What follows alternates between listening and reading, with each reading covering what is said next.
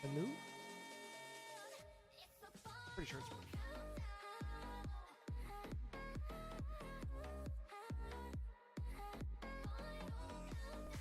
Hello? Hello?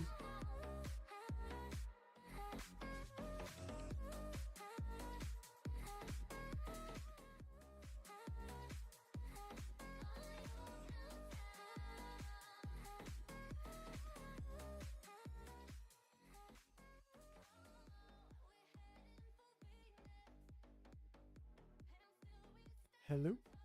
I think that's working. That looks like it's working. Hello? I'm gonna go.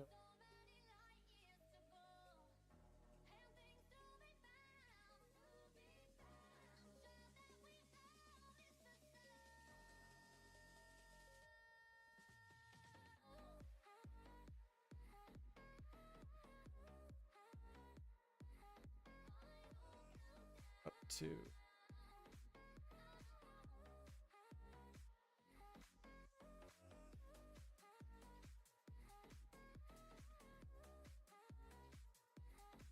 Hello?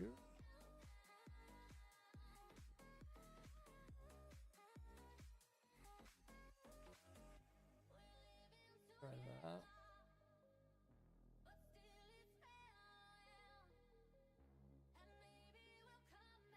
Let's see. I think that'll work. Is that better?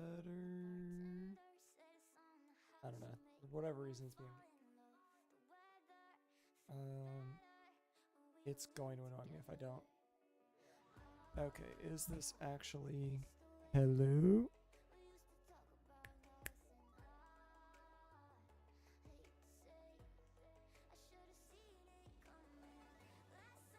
Let's see. Hello?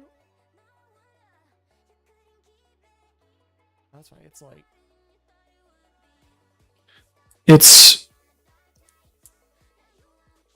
It was just being super quiet. Okay, that should be a little more consistent. I think that's right. Yeah, that feels right. Okay. Okay. So, what am I gonna get up to today? I think the thing that I want to do first is just taking a look at kind of the issues I set out for myself. So there's this one, which is going to take a minute. I actually might have... Did I check out that one here?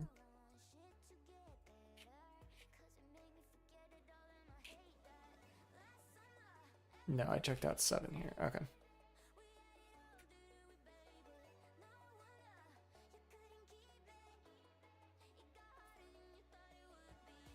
Let's see. Because I don't think there's anything really different between these two branches, but...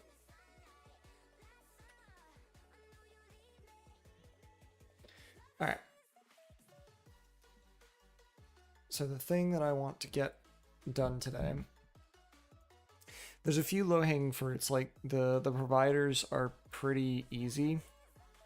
But this is going to be the big one today. Is just figuring out how to get... integration testing all up and running, because I have unit testing. Like in this CI, it just runs like the Go tests and then outputs it to this like test results.json. So like I can go back to when this got merged. I can open up this artifact with the JSON document.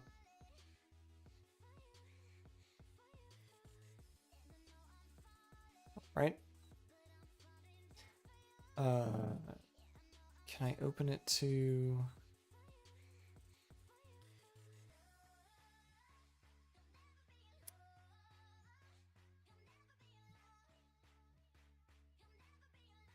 Yeah, so I can see all of the stuff that got created out of it.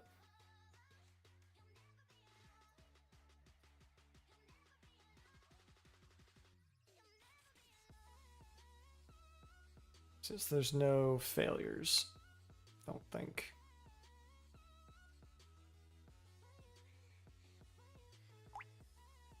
Yeah.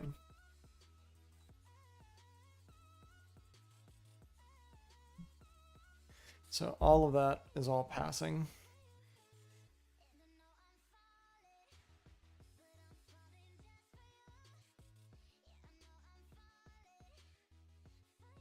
Yeah, I think that one's supposed to. Yeah, that's fine.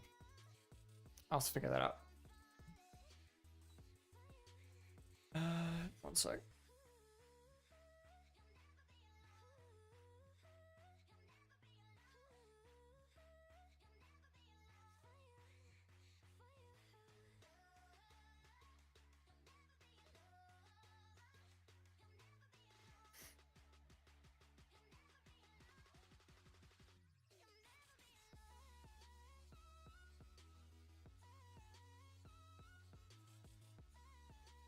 Okay.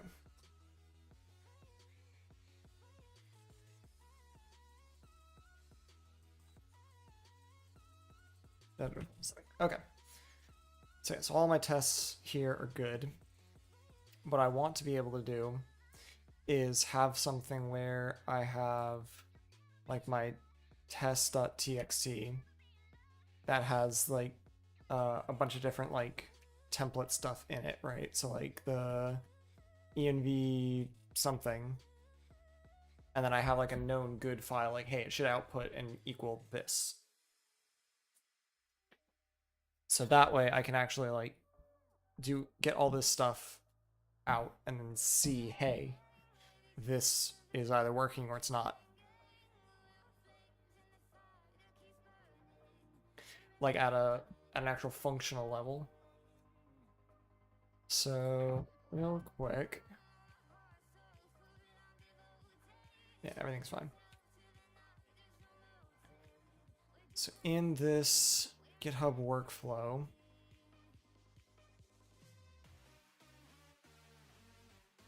that should still like fail, right? Even if because that's only piping the standard output. Okay. So I don't know why, but I don't trust that. Hold on. You force a test to fail real quick.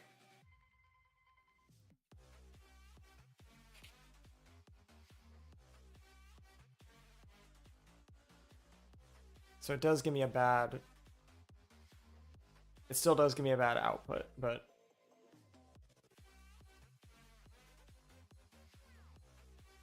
I don't know why I want it in JSON output. That's not particularly helpful. Like, I'd much rather it be... Like, this is not particularly helpful for me. I'm sure there's things that like can parse this or whatever, but for me, I want to read it. Like, yeah, like... So, first and foremost, let's go up to the CI. Not do it in JSON. Test results.log. Let's make it verbose just so that I can like see everything. So that should give me that. Which is much better. I do also have to figure out this thing, because that is not fun. But that is not a... That's not a huge issue. Well, didn't I fix this before? Like, that's a bug.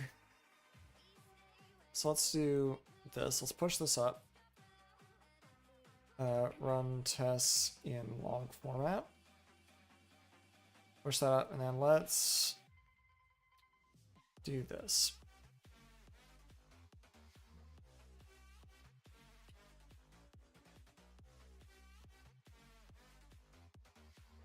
So getting...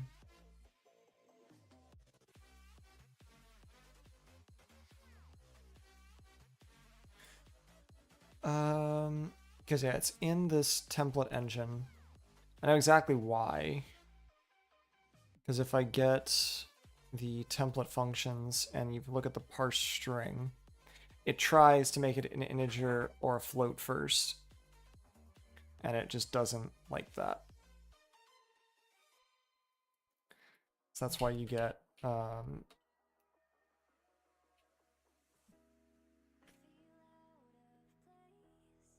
this, not float. But it's only doing it for float, which is interesting.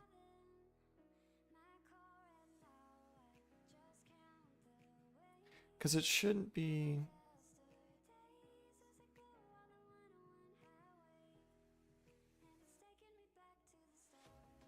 Huh.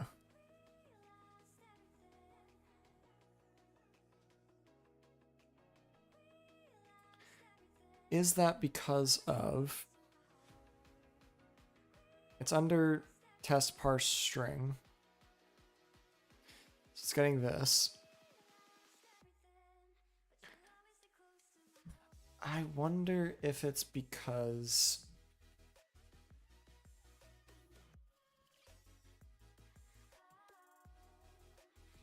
Alright, I'm pretty sure I know why. Because I think underneath this int, it parses it as a float first and then truncates.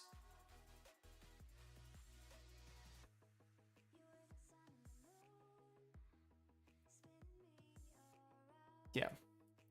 So even though I'm trying to parse it as an integer, it still gets that. But I don't know why. Because this error literally can't get returned.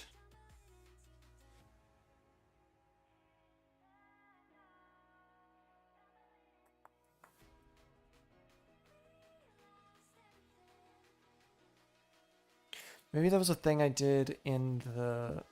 I don't think it's an actual bug, now that I think about it. I think in here, I set... Yeah, the logger discard. So that doesn't happen in real runs, only in this unit testing scenario. Okay, so that's not a real error. I knew that was weird. Okay.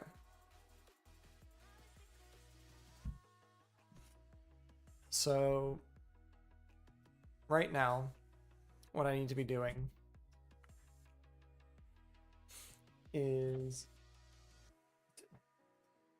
You okay, Suki? She's waking up from her nap. She's going to be a menace. So I have this CI, which is going to run all of my unit tests. This needs to change to log.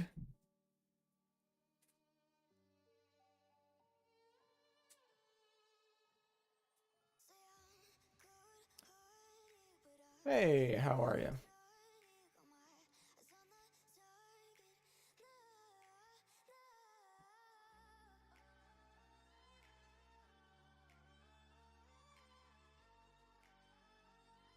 What else needs to go up? Because I bet you one of these actions failed.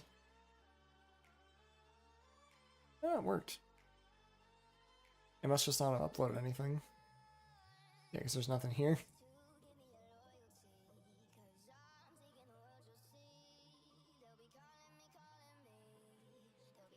Okay.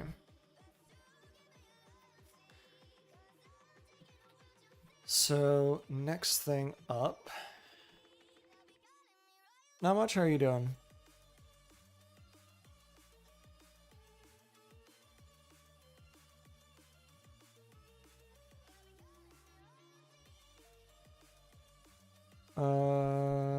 Yeah, so let's do this. Like, I want to set up my kind of test scenarios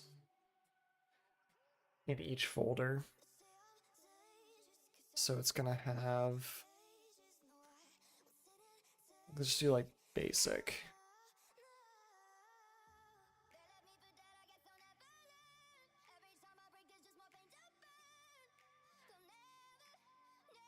So I want to look at flag ops with CLI tests and use these kind of things to figure out what's going on. So like the basic one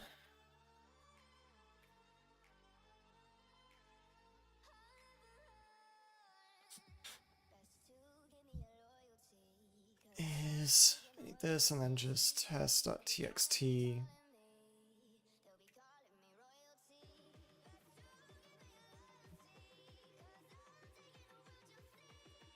.txt. So in here, I gotta remember how this stuff will be, yeah, envs. Okay. So let me grab this stuff. So like development should be,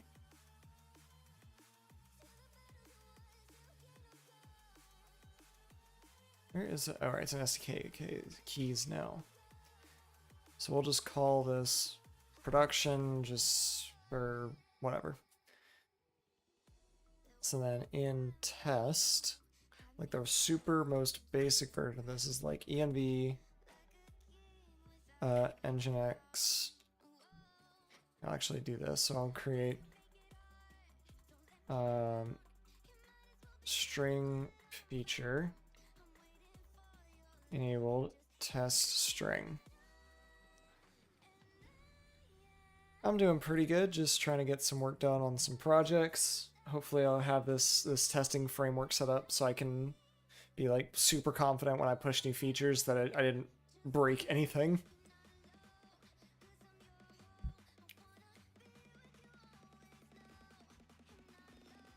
All right.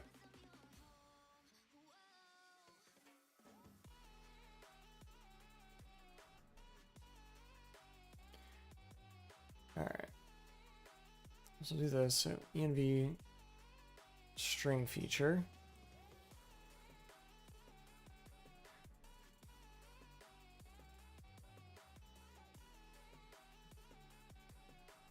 So then paths should be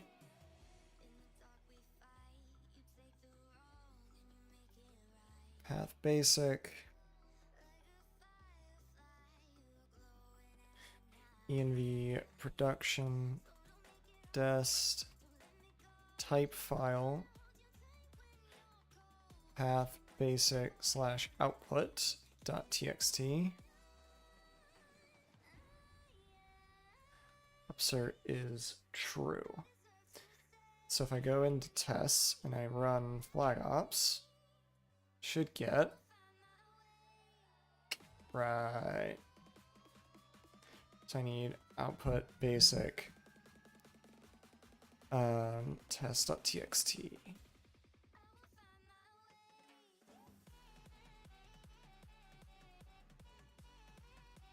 Right, so I get an output.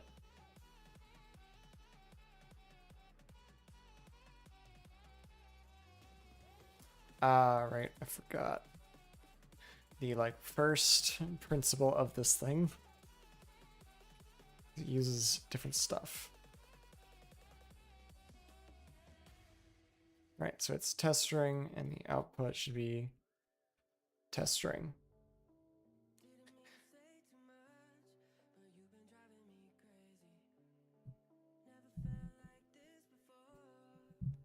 I don't think personally. I think I streamed a while ago and you followed.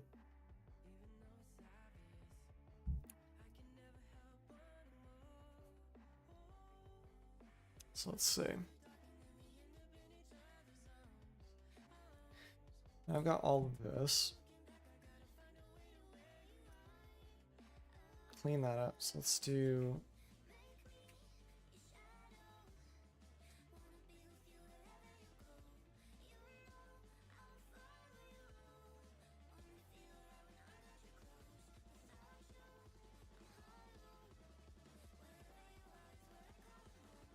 and then dot phony test.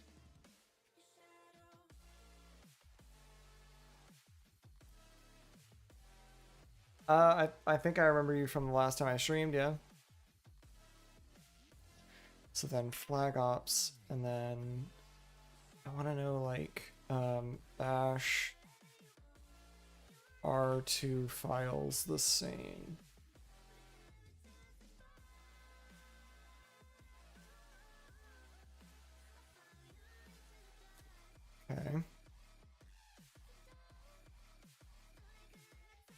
It's going good, man.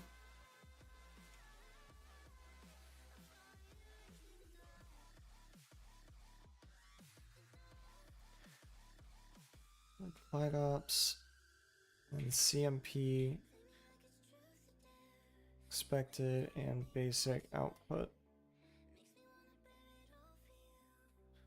Like if I said the expected is that. Okay. Cool.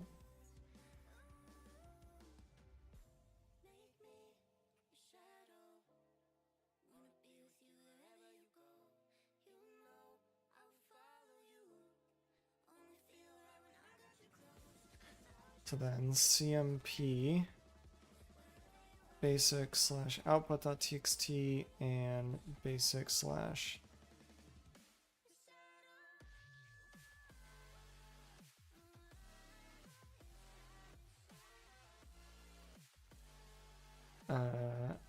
output not equal to expected.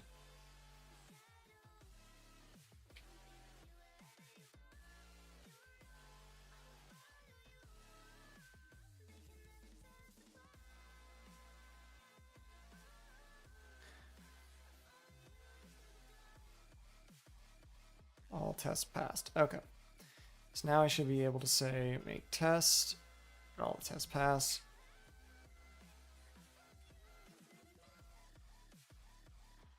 Actually should make it a dependency of clean, or clean a dependency of it.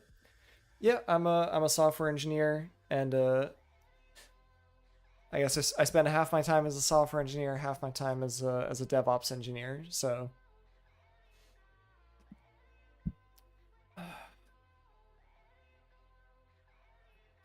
then I should be able to do, like, if I change this to be test strings instead of test string, like s test string, and I run make test again.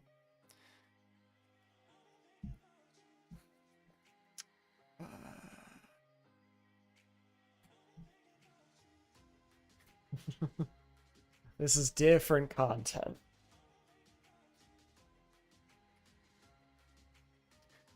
Make stop on first error.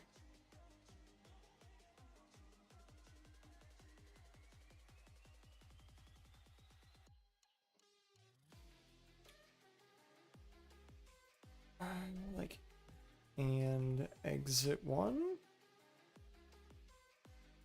Okay, there you go. Basic test failed.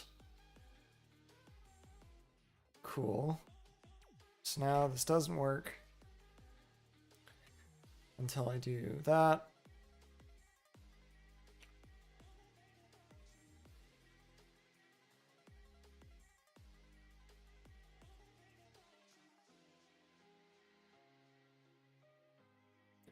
Oh, I bet I know why.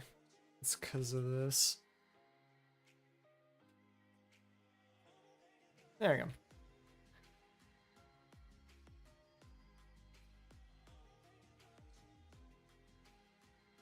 All right, so now all my tests are passing, so I have something that actually works with that.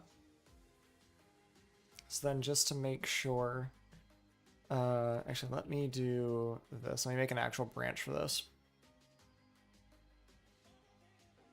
Before I do that, double check that this is actually working.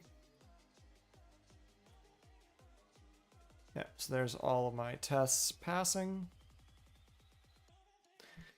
And then I want to go to my issues, this one.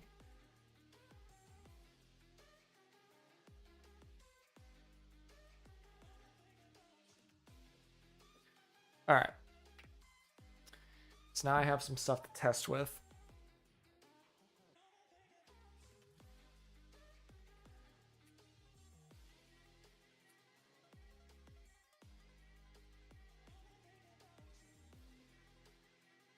All right, so now it won't store the output, but it will just keep the expected and the test. This is like the most basic test I can do.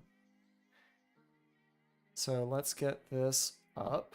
So add basic integration tests.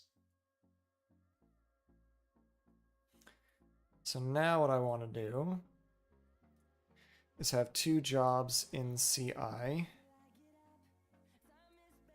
So this should be like name, I think, of like unit. Unit tests. And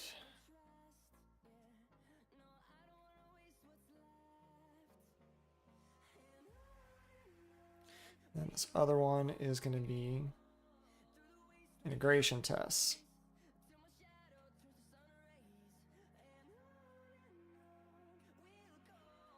So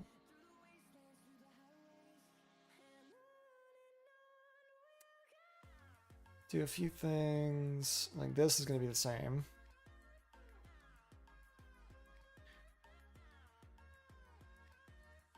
Isn't there's a thing for...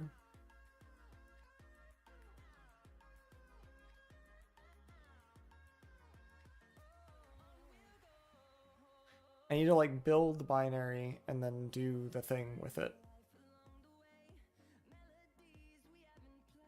Yeah, I'm based in Atlanta at the moment.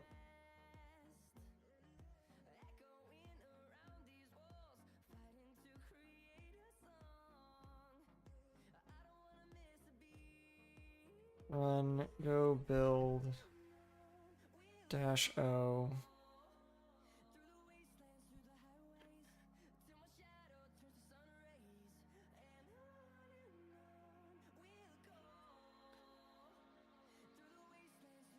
Is that what I want to do?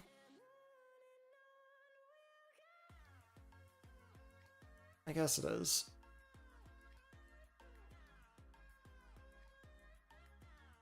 Like, yeah, build the binary. Actually, I want to do it with go releaser, I think. Yeah, there's a make build. Make build.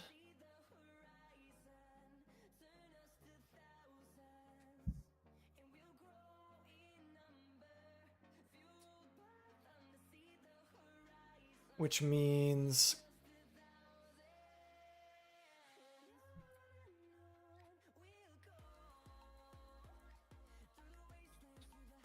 so like it's gonna output to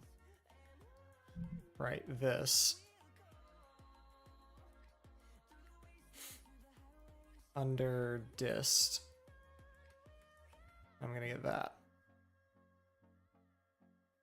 So I think that's gonna be in the same spot.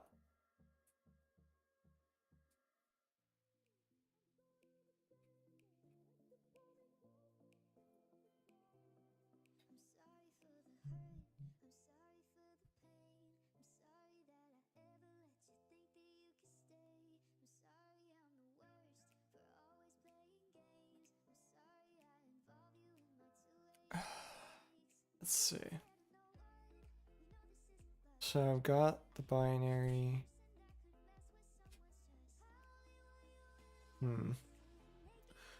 Is there a way for me to just put it somewhere else? What did I call it?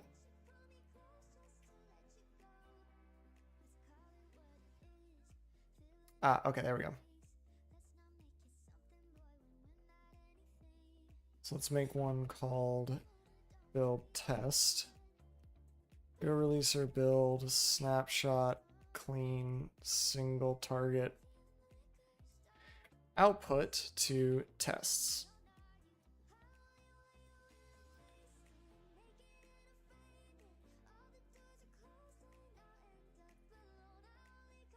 Cool.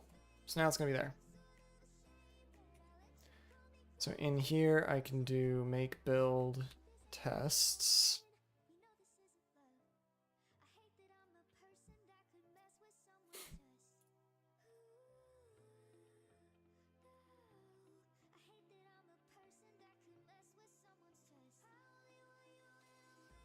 Flag ops.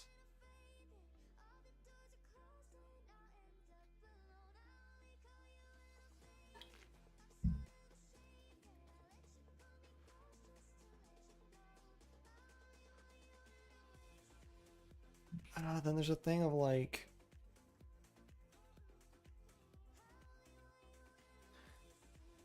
so actually there should be a thing of being able to do this. Like if I go in here, it should be like, it's like makefile call another makefile. Another makefile target. It might have to be the other direction.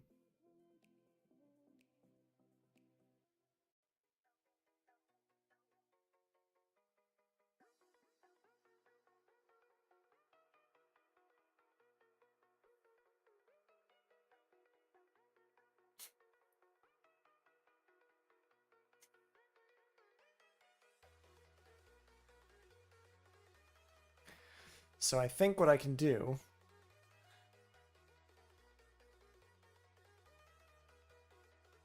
is I can do this, I can build it, and then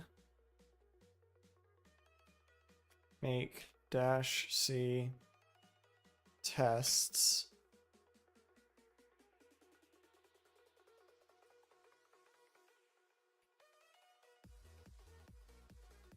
I think that works. Make build test. I see.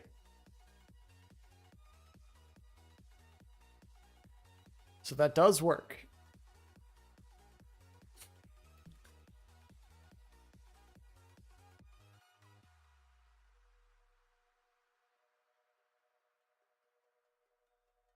Why did it do that?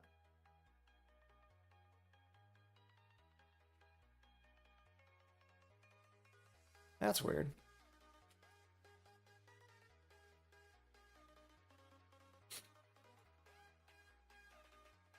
That's really weird.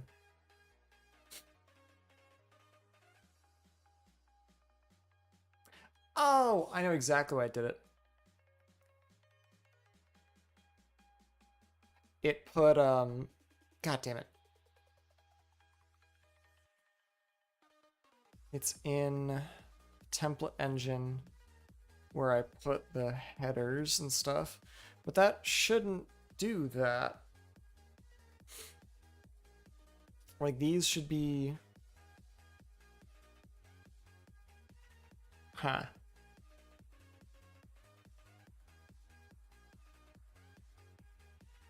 Those shouldn't be strings right now. Like they should be empty strings.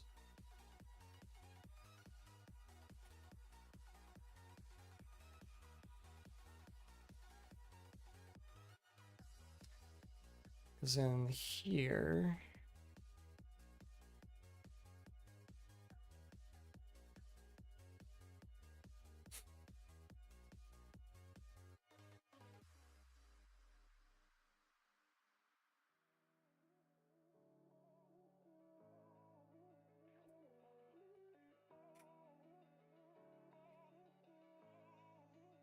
let's try this.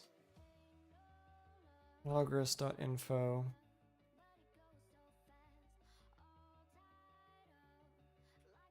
My favorite way of debugging.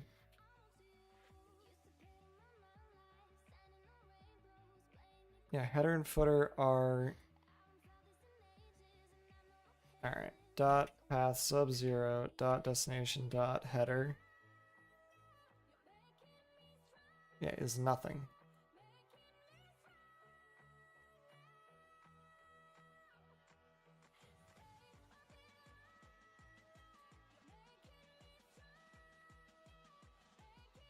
Let's try this.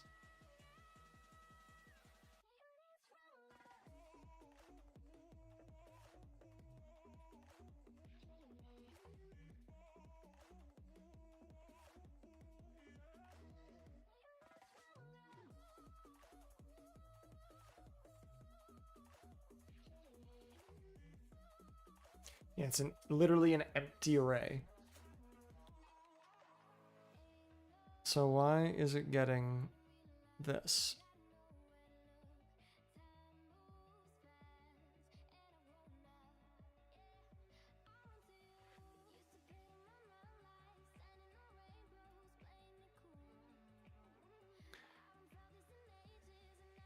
Let's try this. Path header equal to an empty string. It's true.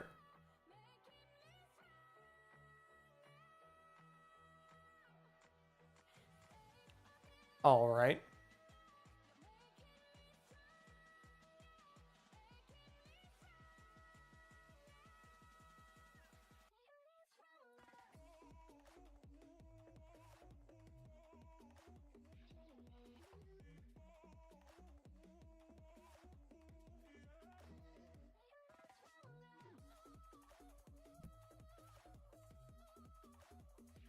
Why?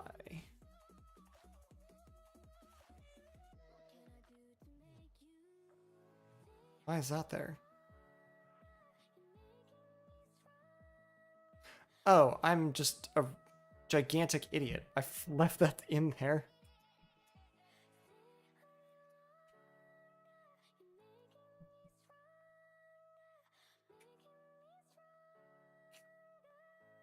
Yeah, just it was adding the header and the footer anyway. Well, that's good that I'm actually doing this for that exact reason, actually.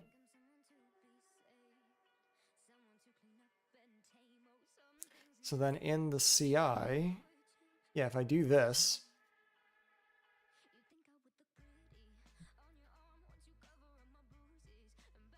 so that should do it. And yes, on any push or pull request, run the CI.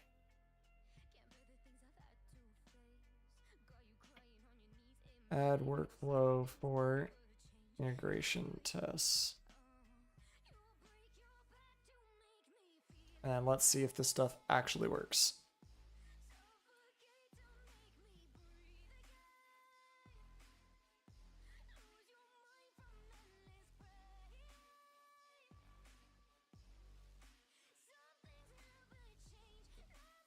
So what I can do is open this PR and say, yeah, CI integration testing on each commit, create a pull request.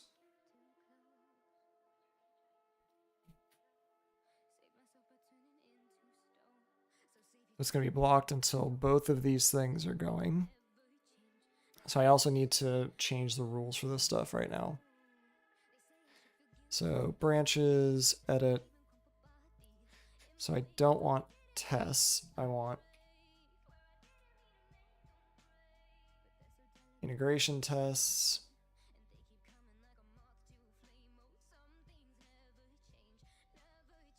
I guess tests are also going to get run.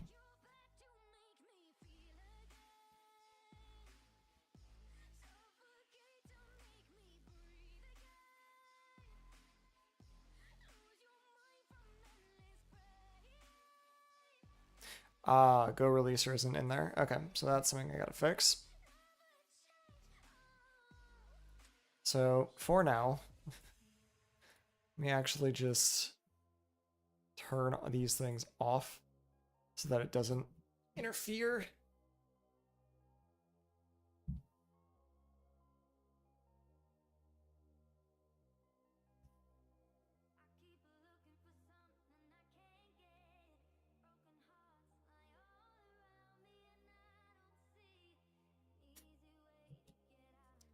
All right. We got some stuff to fix. See, this integration test was not successful, so I need to fix that.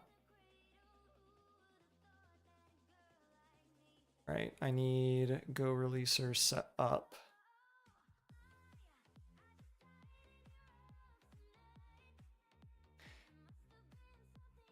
I can do go install go releaser. That'll work.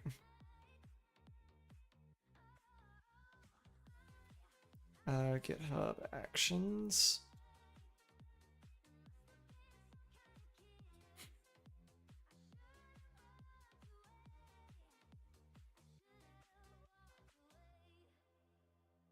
There is a way of doing it.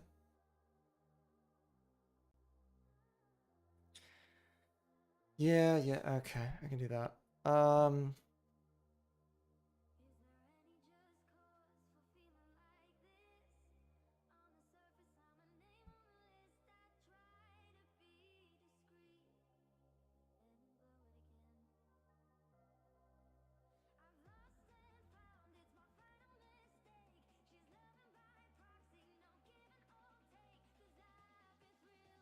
Go releaser install in GitHub Actions.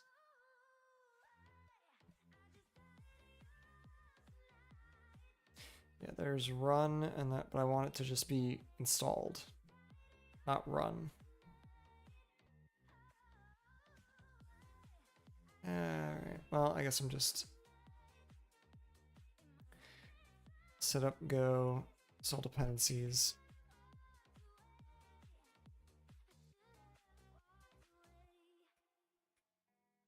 Go install.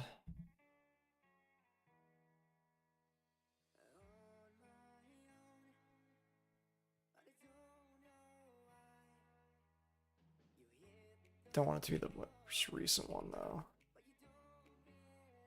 It's at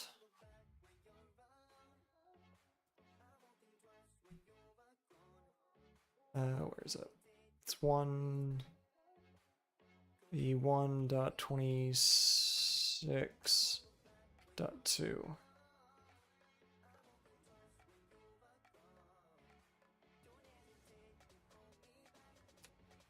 And 26.2. Okay. So that'll go install fix.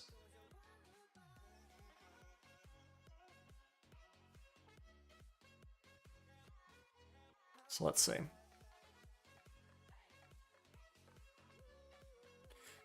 That should kick off some actions.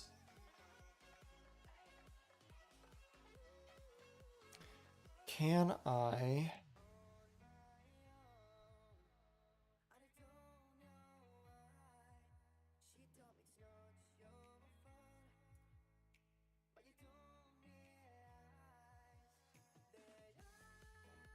There's a way for me to say like, hey,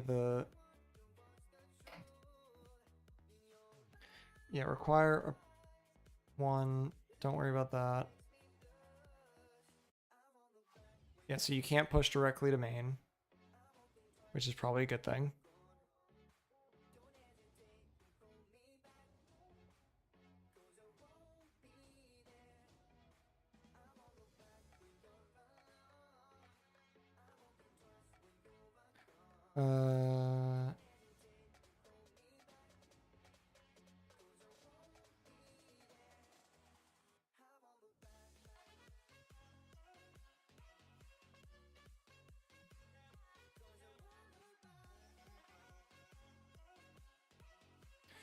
Yeah. Okay.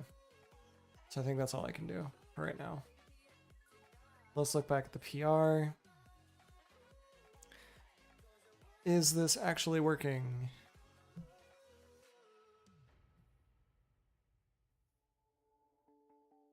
So that should run all of my tests. All the tests pass. Great.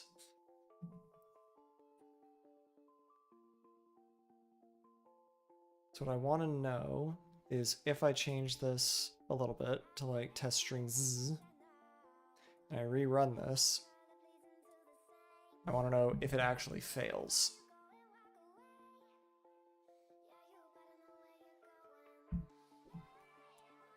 'Cause otherwise, this was all worthless.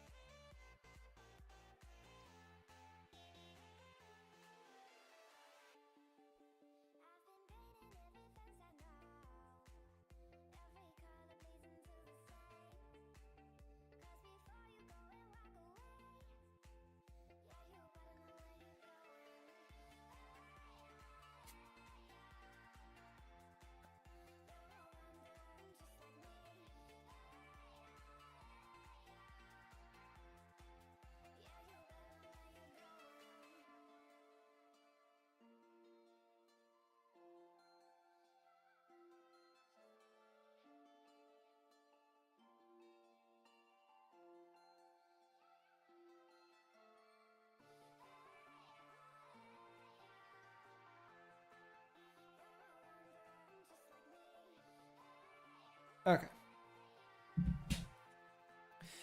Does it actually work? Actually, I should change that to...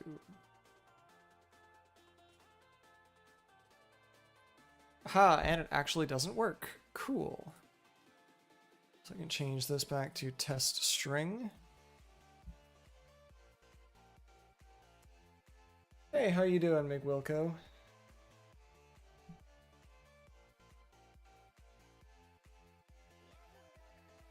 So this will be the final one of does it actually work or not. So those steps should kick off in a second. And then we'll see if this thing actually works or not.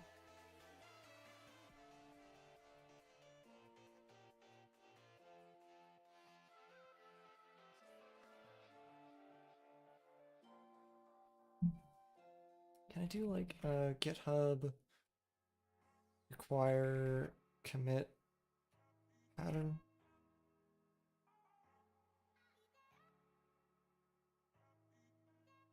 Ah. Okay.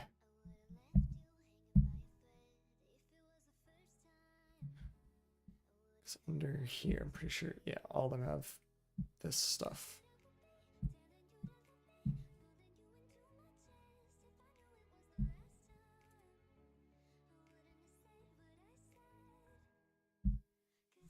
So the integration test should be done in just a second.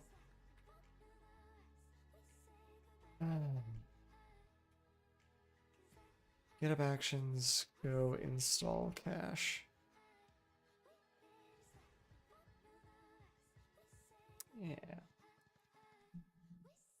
Because that is a little annoying, but not horrible.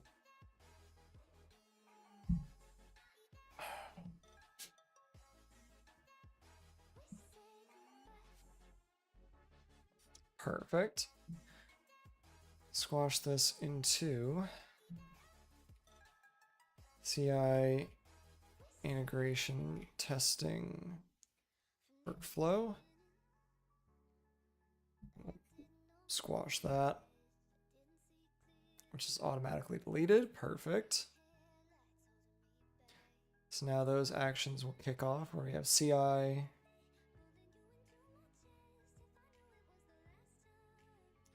Yeah, with 2 jobs. So now I should be able to go to the branches, edit, require status checks for unit tests and integration tests. So now if you want to merge, both of those have to be true before you can merge. So let's do, yeah, the issue is automatically closed.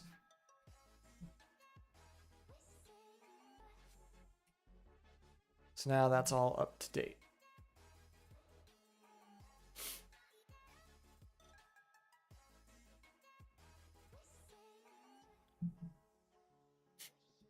Okay. So now I can add tests in here and they will get executed. I just have to make sure that I put the actual check here. Okie doke. So next thing I want to do is test out.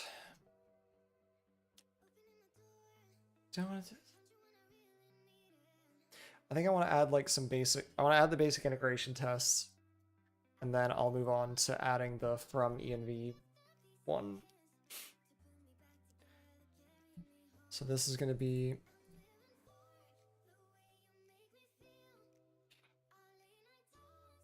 underscore enabled, which should be true.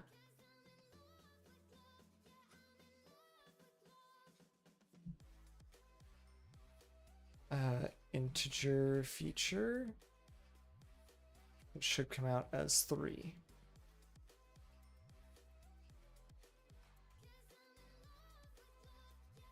Integer feature enabled 3 CI/CD.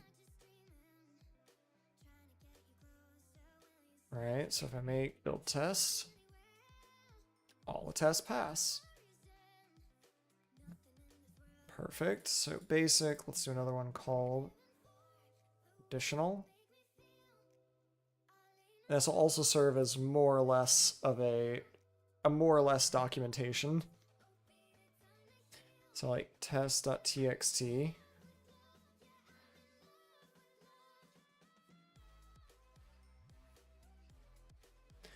Where I'm going to have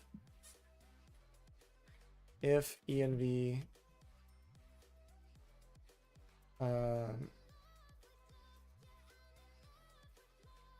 enabled feature underscore enabled end. So this should say this text exists.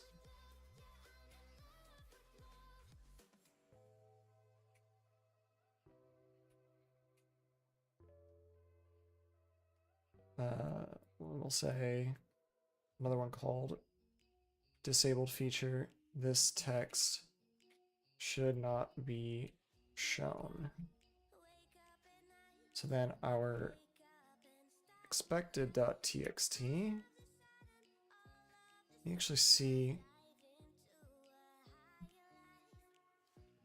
let me see, it's like I need makefile for each directory.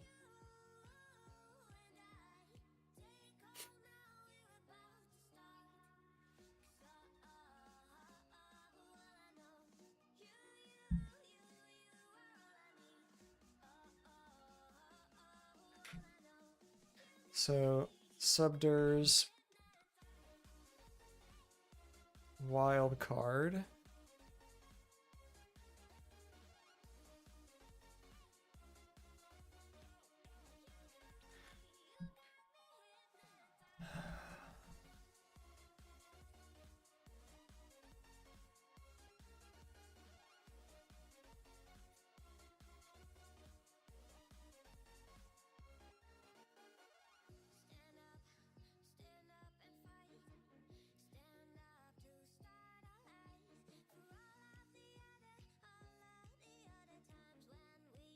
Okay, that might actually be something. So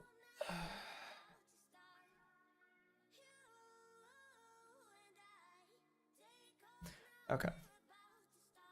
So what I want to do is I want to run flag ops and then loop over each directory in each subdirectory and run this.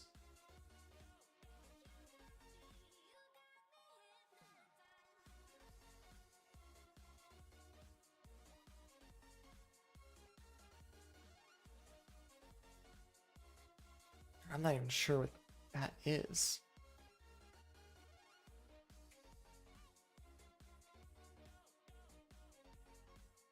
What is that?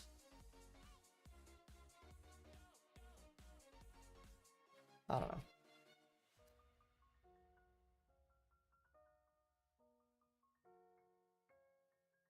Let's try it. Let's do this real quick. And just say for f in that, which I guess is a thing.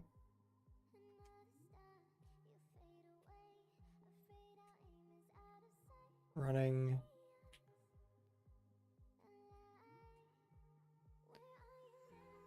test.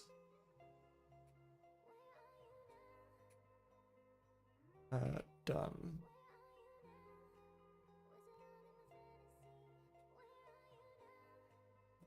Let's see. Right.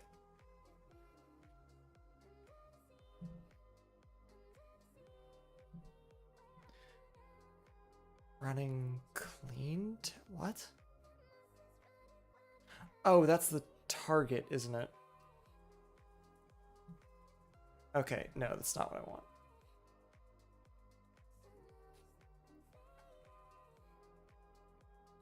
Okay.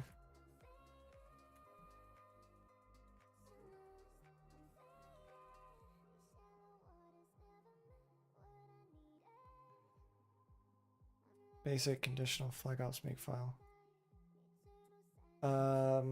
What is it, like find command all directories?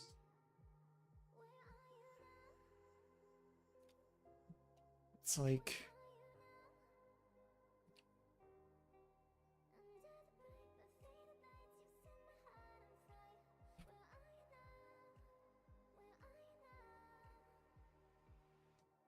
right, basic and conditional test, which works.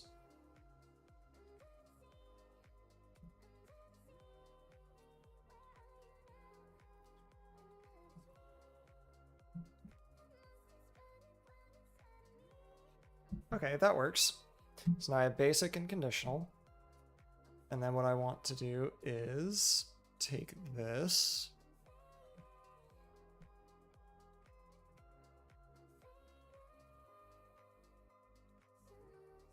And run and compare F and F.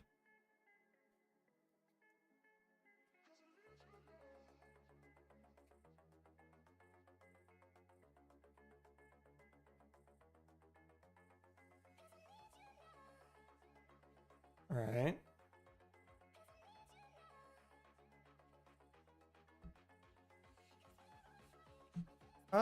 Sure. All right.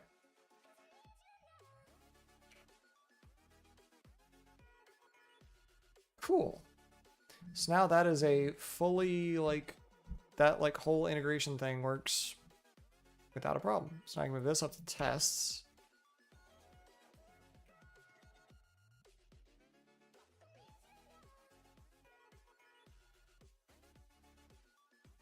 So now all the output.txt's will be ignored. So then I just have to make sure that in flag ops, this is the other thing I gotta figure out, is conditional slash test.txt env production dest type file path conditional slash output.txt.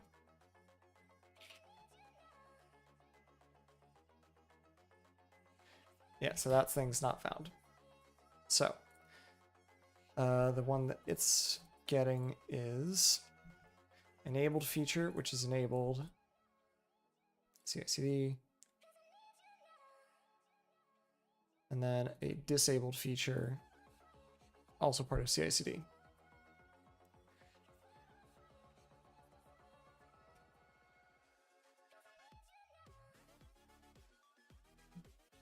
Ah, right. That's not. Yep. Forgot about that.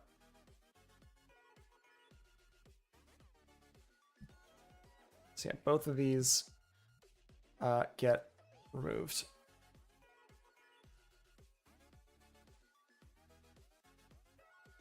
Okay.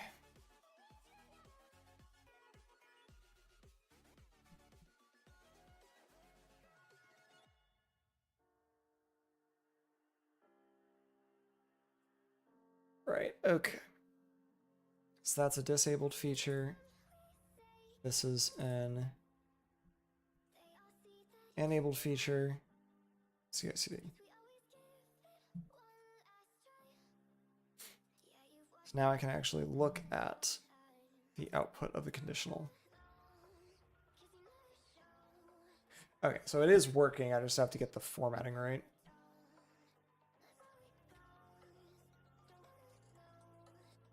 Yeah, there it goes. So the expected now should be this text exists. And now the test pass. Okay. So that's cool.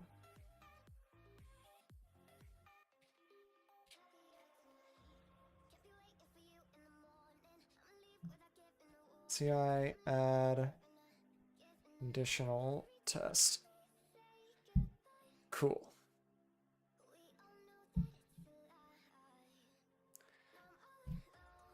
So that works. And that should be running the integration test now.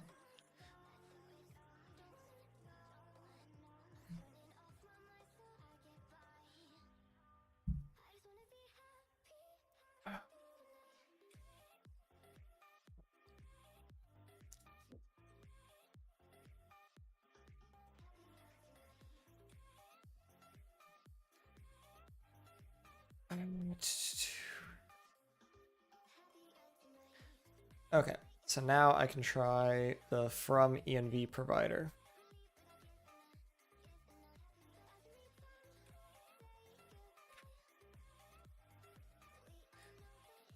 So I need to look at is this. And then in the providers is what I need to look at.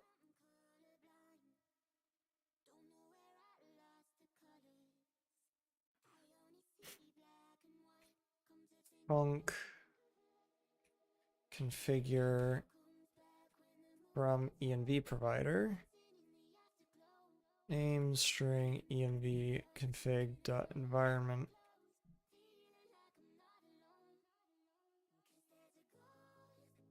Okay.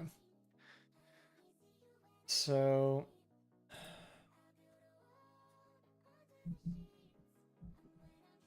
I need to look for the from env provider, which is this bit.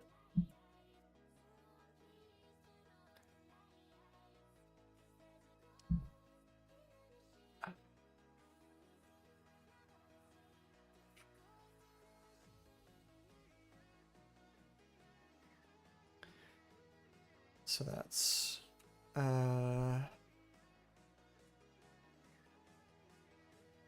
so we do open feature dot set named provider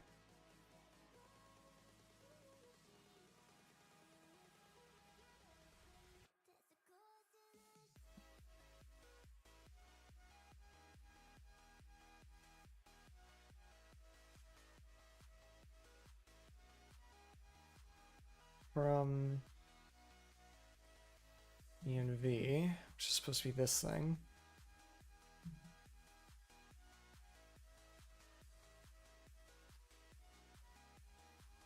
From env provider. Give that a little pointer there.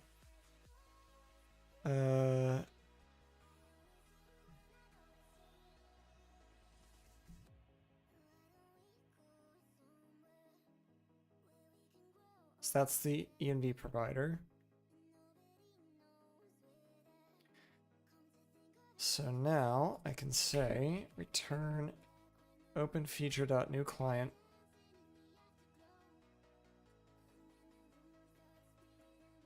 All right, it's the same thing as this.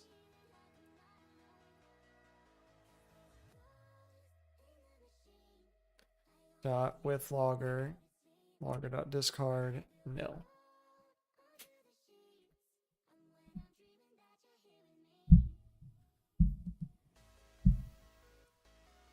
Right, and then it should work exactly the same as all the other ones. Parse error, type mismatch, all this kind of stuff should still be fine. So now I should be able to go to my config under the models, and provider should be able to from env is a provider type, which is just env. And then in here I do config dot from env and take configure from env provider. Perfect.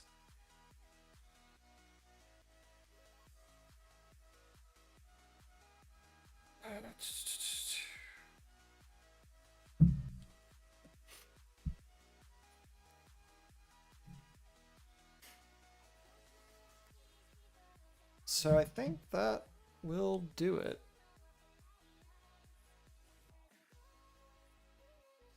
should probably test that, actually, now that I think about it.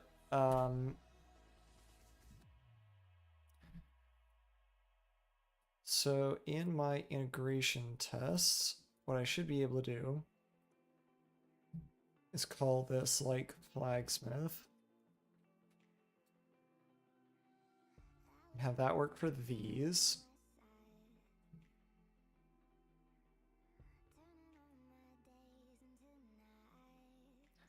Another one called env, which is actually I should just copy this, rename it to env.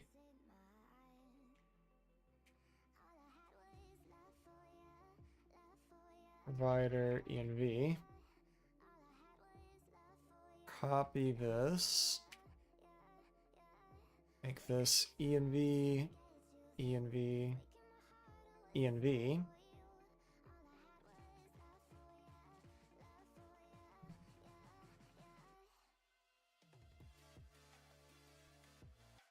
And in this make file,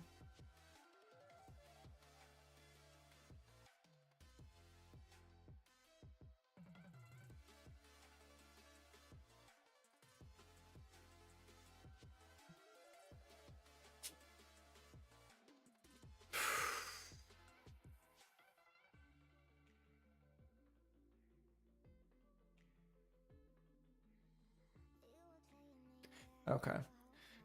So I should be able to do test export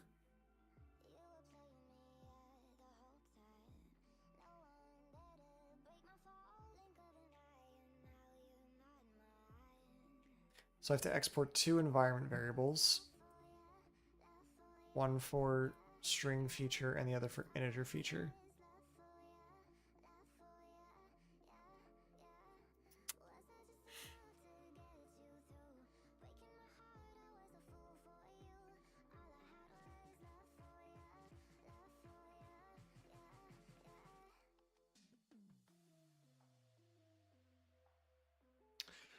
Huh. So it doesn't have the concept of being enabled or disabled. It's just... no, it could be.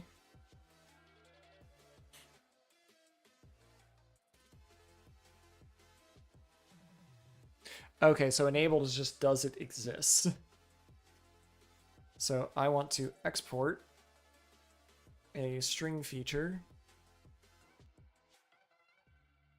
equals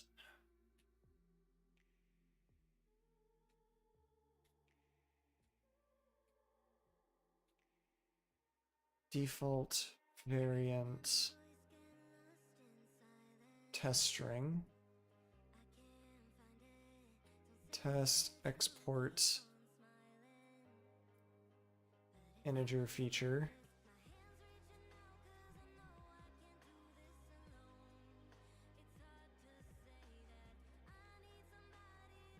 is 3.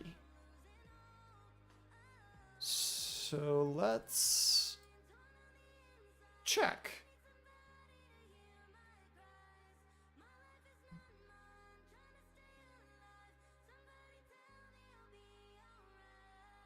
Right?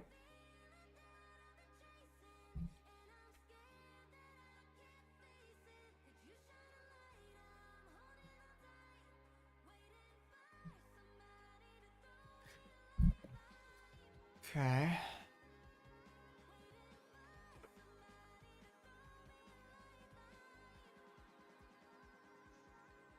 Parse error.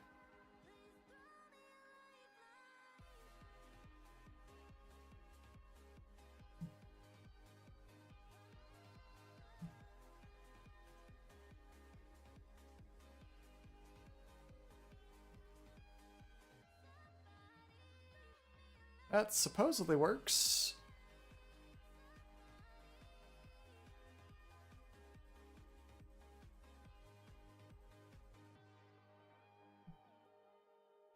Invalid character at beginning of...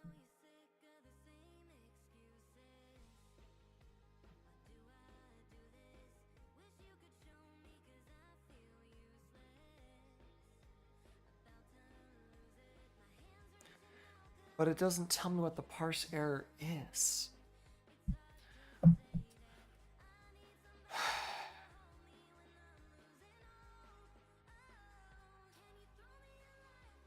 If I just do this.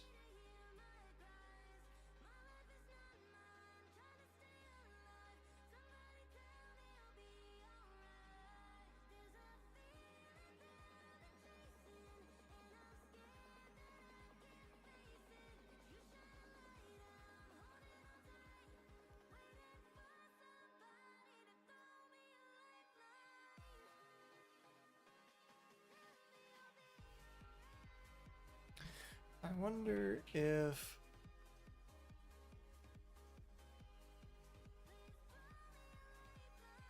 string feature is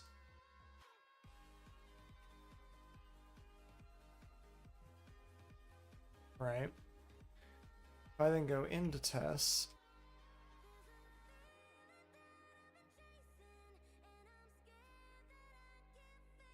aha.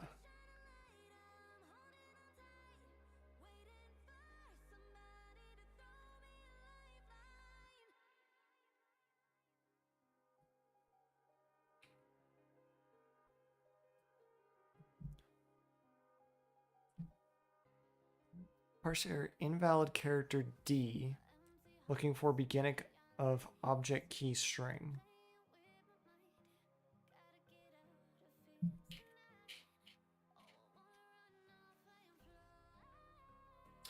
Oh, I see. So yeah, those actually should all get saved into the actual string.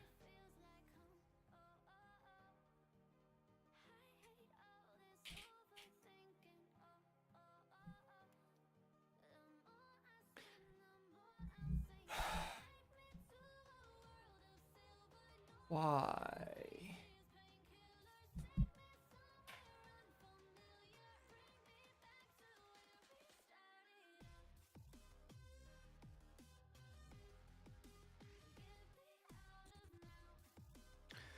Right. So I'm curious if I just try and get the string, will that work?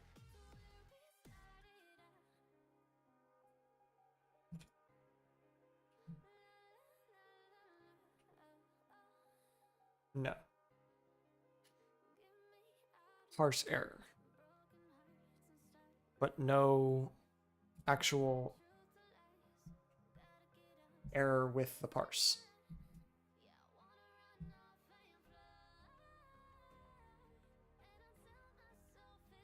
Do I have to have variance as an empty array?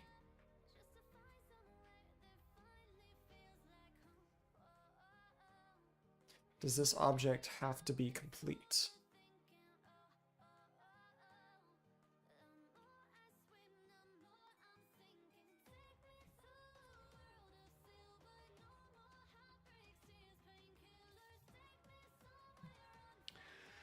Okay.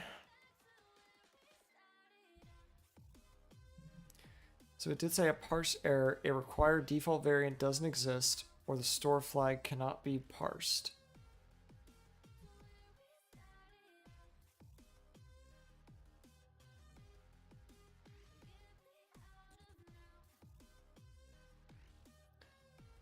So the default does in fact exist. That's definitely true.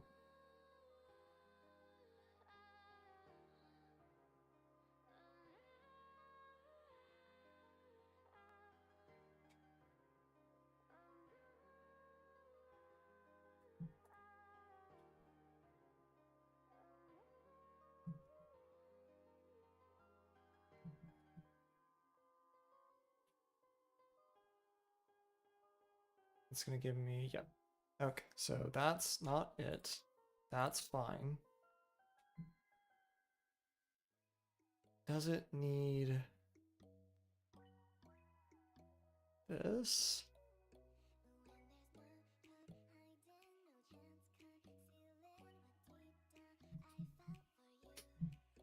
Invalid character looking for beginning of object key string. Okay. So that's not it either.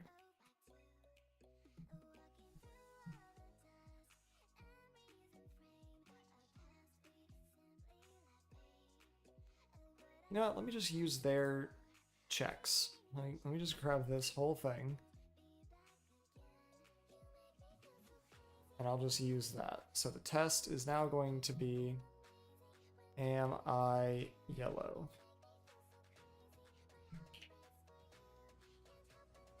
Still doesn't work. Let me try this.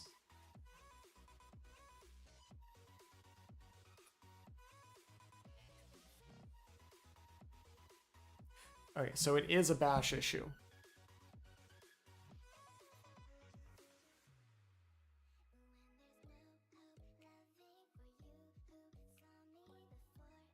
Possibly.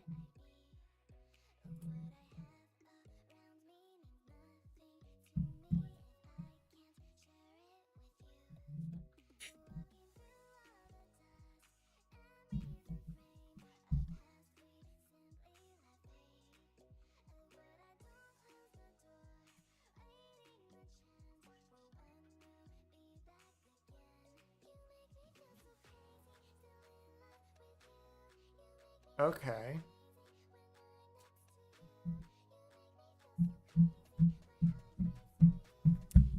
Well, that's peculiar.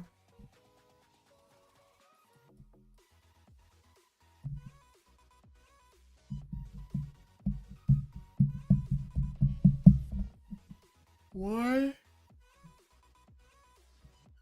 Why?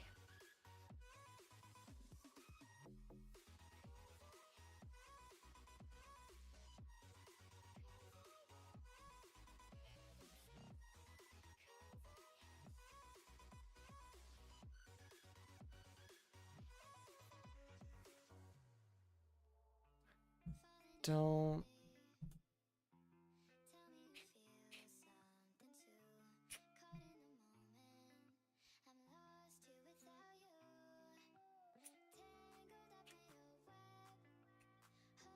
Right, so it gets all of that.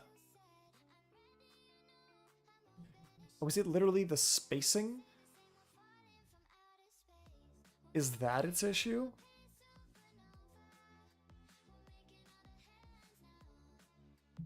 Does it have to be minified JSON?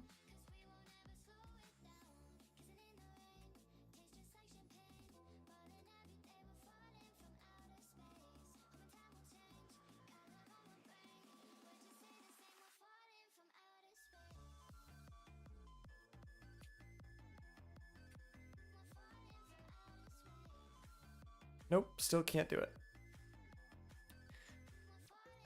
Okay.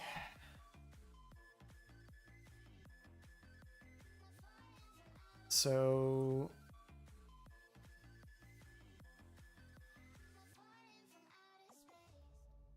variants.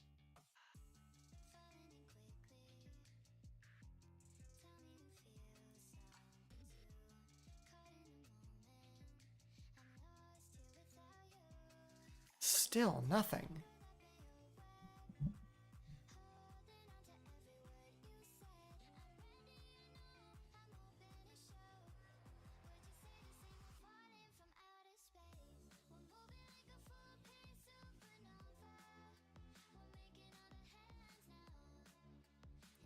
This is so annoying.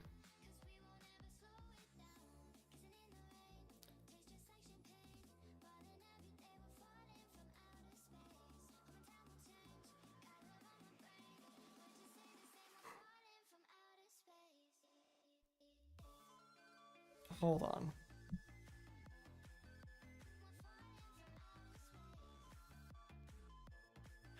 Oh! That makes sense. So the variants are required. I thought this whole time I thought I was reading that as default value, not default variant. Okay. So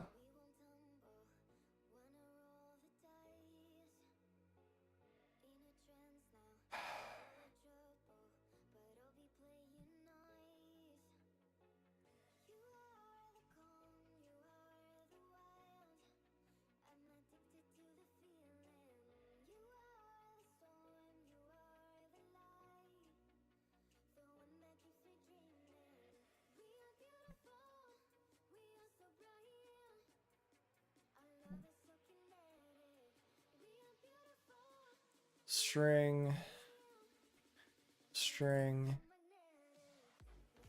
test string.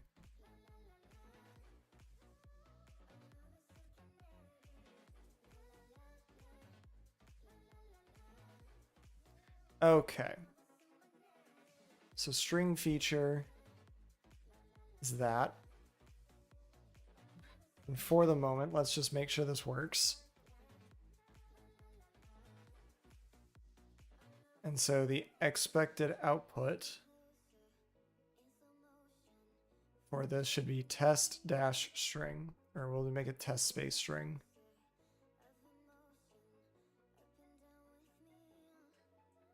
Okay. Test string, got it. Int.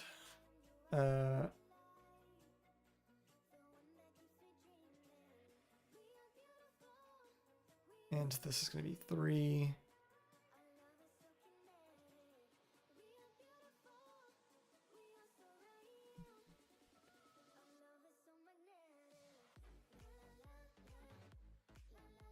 All right, in the test, we have env integer feature. And then finally, bool feature enabled. And the expected, that should be 3 and true. The last one is bool true.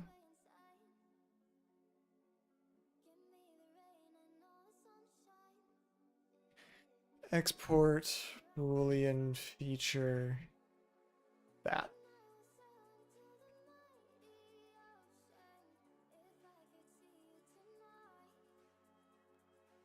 Sorry, bool feature, not Boolean feature. There we go. Oh, that was annoying. So now I can test that locally.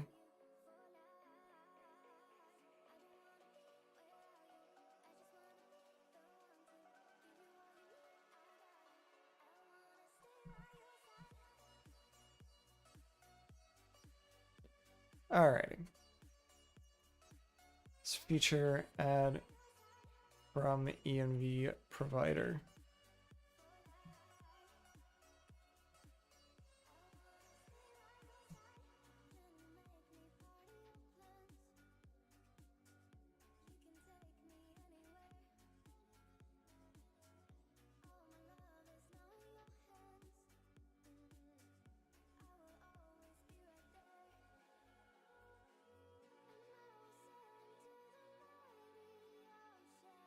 Okay. So now that that's done and tested, I can open a pull request for it. Feature add from environment provider, create the PR, and then it'll make sure I have to pass the unit tests and the integration tests before I can merge it. Huh, okay.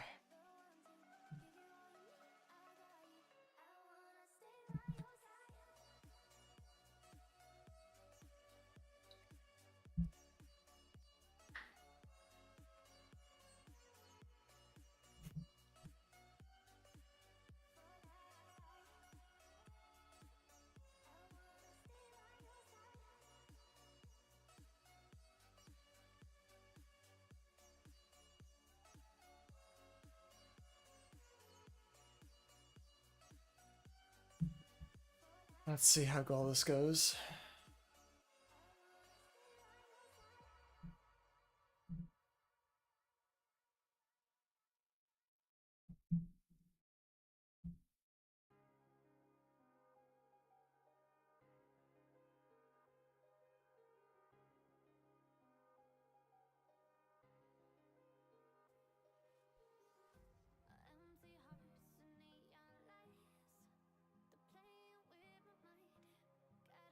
Come on, integration tests.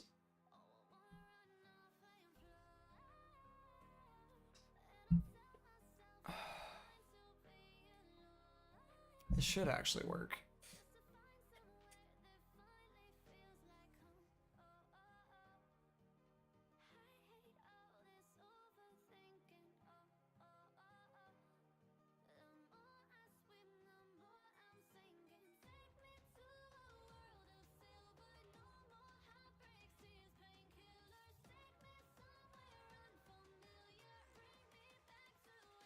So, can I approve my own comment?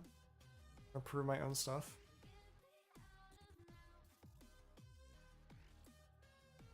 Yeah, I'll close that issue.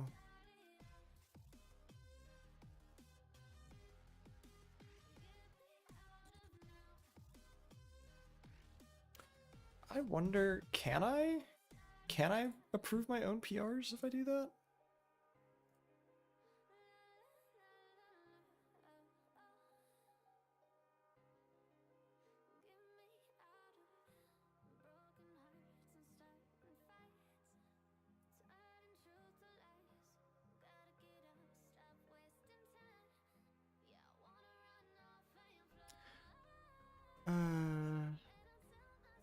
Let's see. So I've got it all. I have to, yeah, I want to review. Can I approve? I can't review my own PRs, can I?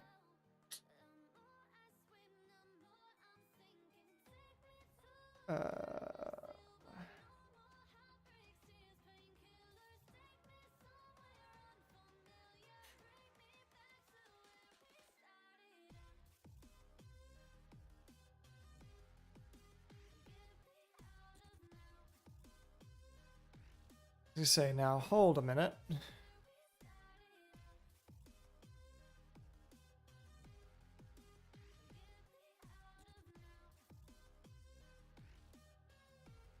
I was gonna say,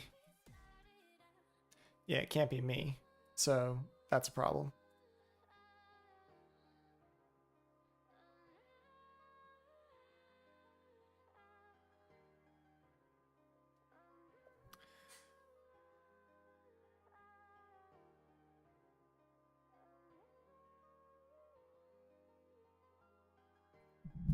Like, if I do this, right, and I go back to my PR, if I'm the only contributor,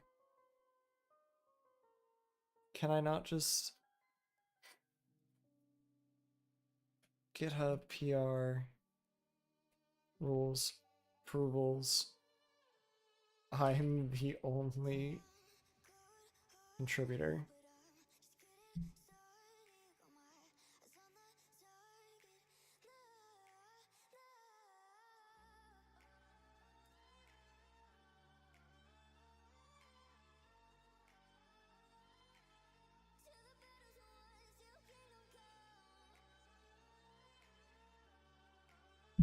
Right.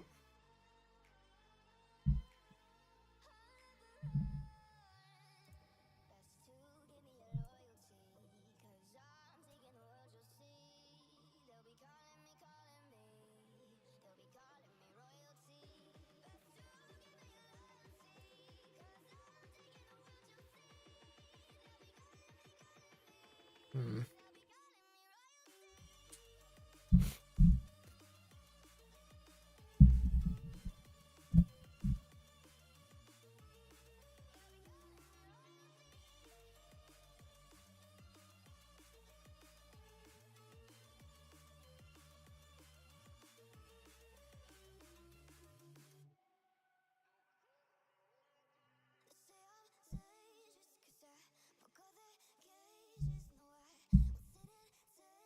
So from what it seems like,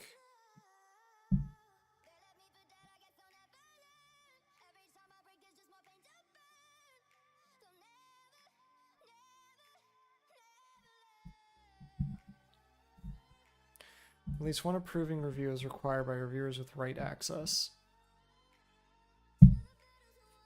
which would be me.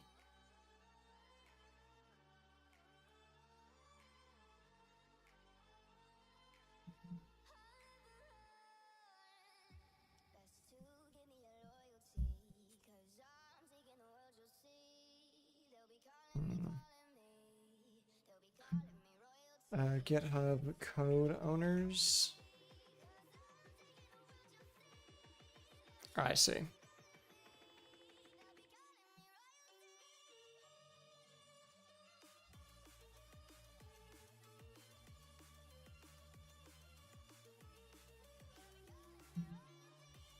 Maybe I'll worry about that at a later date. But for right now, just requiring approval was from someone with write access is fine.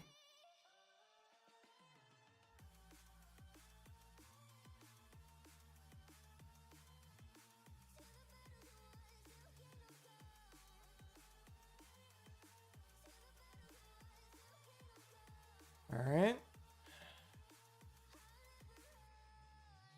Right, but I still have to take off the reviewer.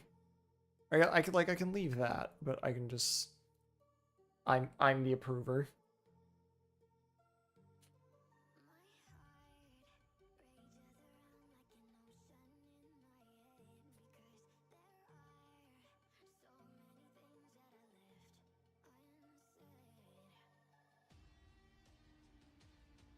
Cool.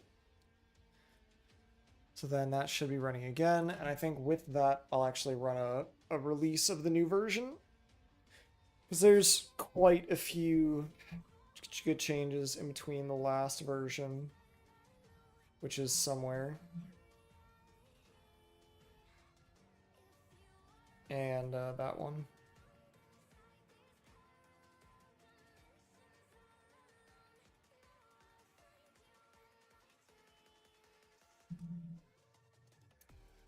When was 3 weeks ago?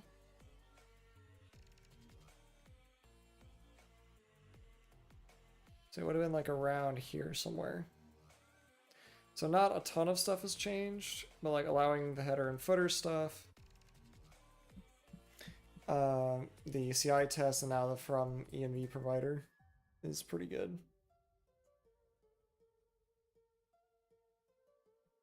So I think, let me make sure, because the commits that I have, right, are like feature, fix, and CI.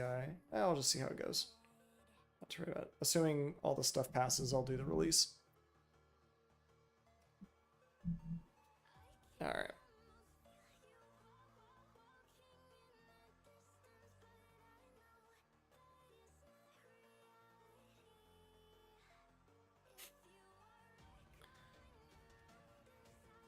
Okay.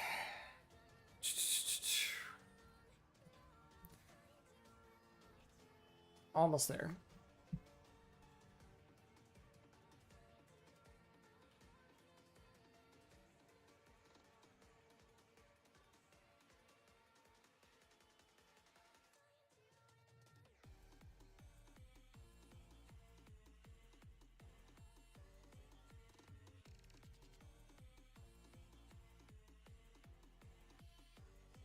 Yeah, so you can see running basic, conditional, env, all passed. Perfect. So then let's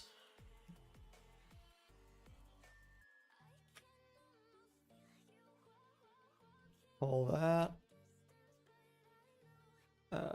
Should be 28. And push a new version. And that'll be in a few minutes. I'll be up and ready.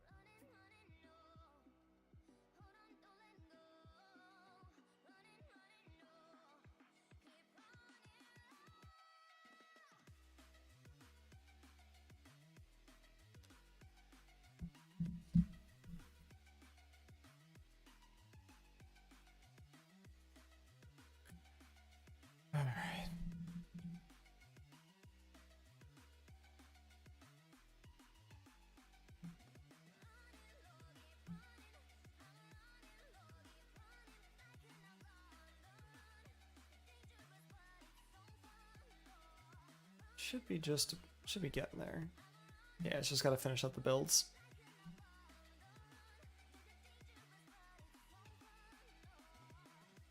Okay.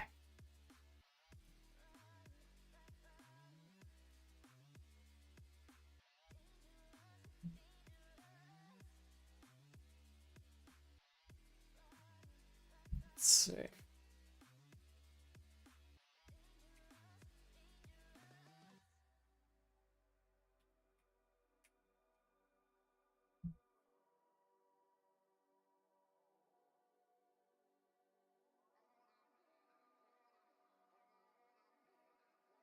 I think I tagged the stuff with it.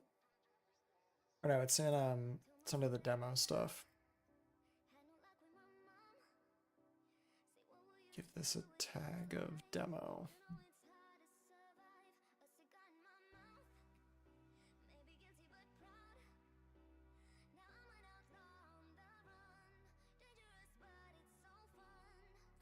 And this one, same thing, needs a demo tag.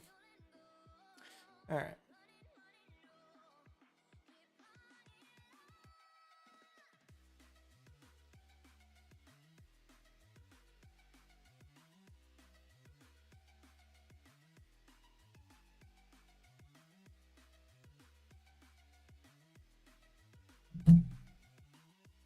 Go away. There it goes.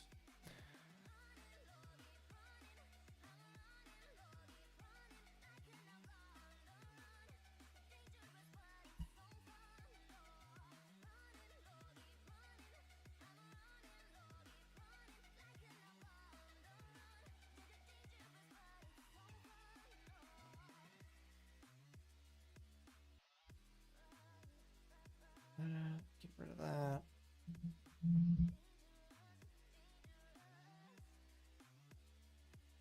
You reset this demo back to its normal state.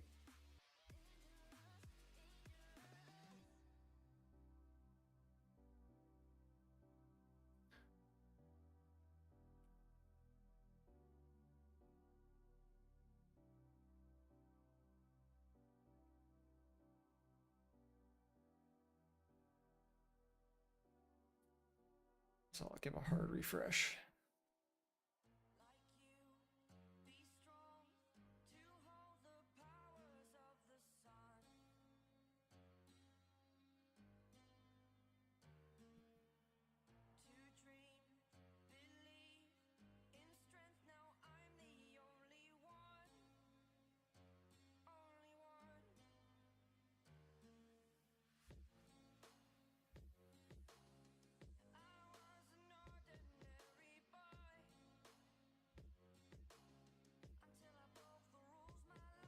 Okay, so now all of these should be back to 3 Nginx replicas. Yeah, that's spinning down. Those are spinning down. And that one's good. Okay. Cool.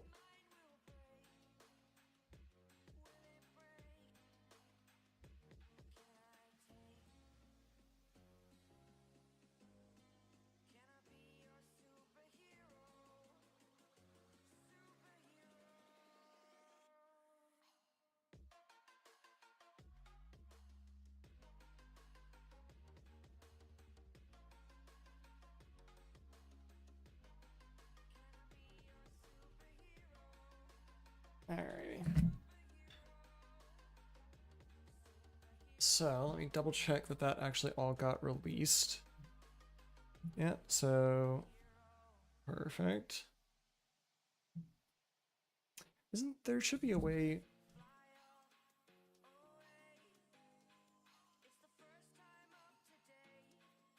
Let me just figure out.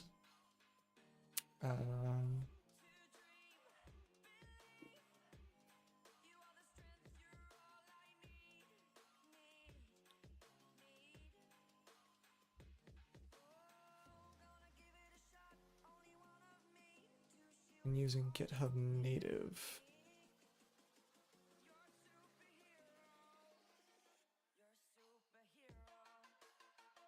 Right, okay.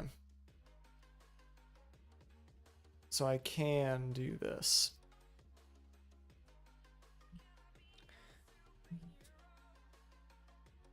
So let me fix that up real quick, actually.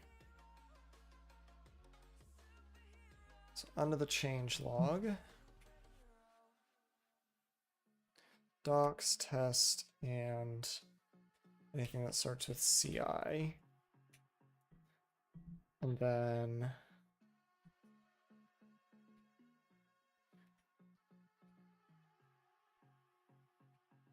features, regular expression. Looks a lot like that, I think.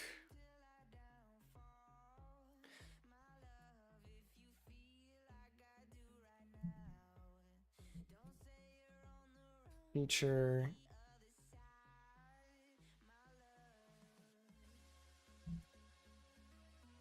Matches are performed against the first line of the commit message only, prefix with the commit hash of, and then this. Oh, I see. I see what it's trying to do. So that should just be like feature.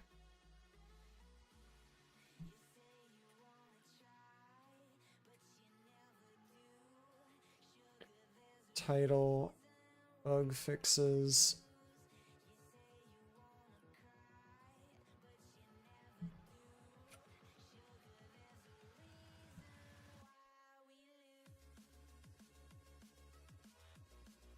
All right.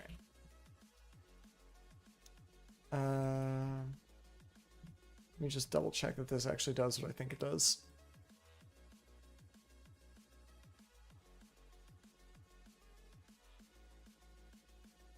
Yeah.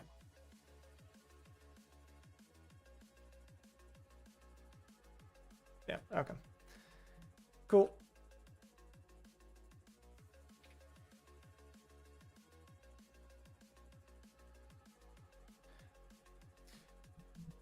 Leave the page. Okay.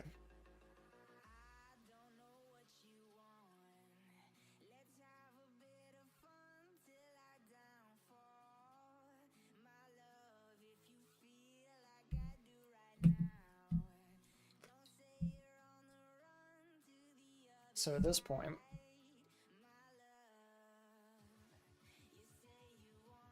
I should actually be pretty good.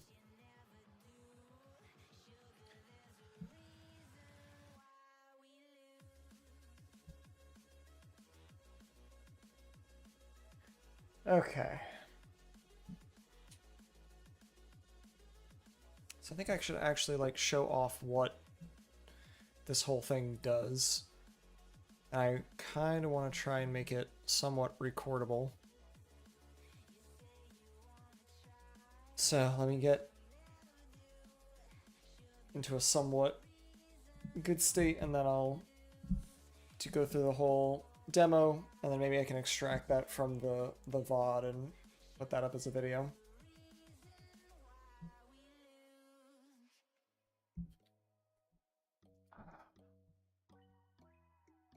I need to pull up.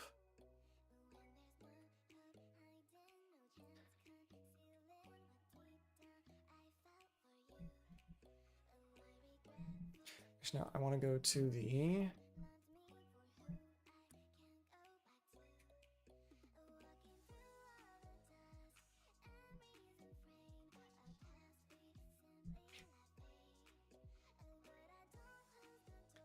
okay.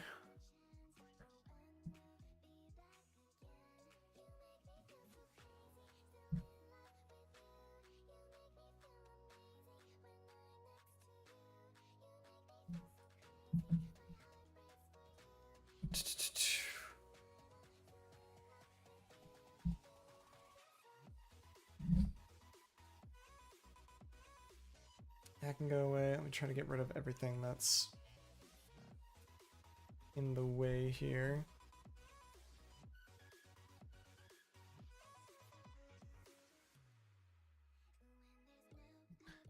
That can just go away. That can go away for right now. Okay.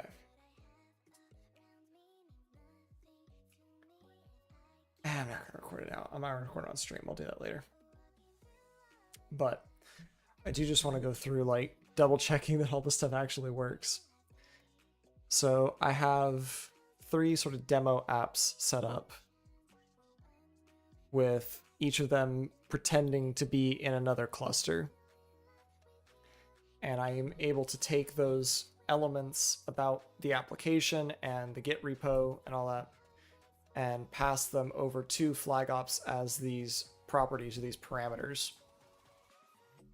You can actually see in my feature flag provider of choice, Flagsmith, I can go to my identities and see that each of these is actually showing up as a what is this? I actually don't know when this happened. These shouldn't be there. Anyway, each of them is mapped one-to-one to an identity in your provider of choice. So Launch Darkly has something like this. Flagsmith has something like this. A lot of the major providers of feature flags will have some way of sort of identifying an individual user. And if you click on one, you can see that the cluster and the owner that I set in the Argo CD manifests. Hey, how are you doing? I'm just kind of going over a project that I've been working on for a while. Basically, being able to use feature flags to control GitOps parameters. So these properties get thrown in, and then I can see them in my provider. So I can take one of these things. How long have I been writing Go? Year and a half-ish? Call it about a year. So I can see like this is the dev USC one. So I can go dev USC and see that.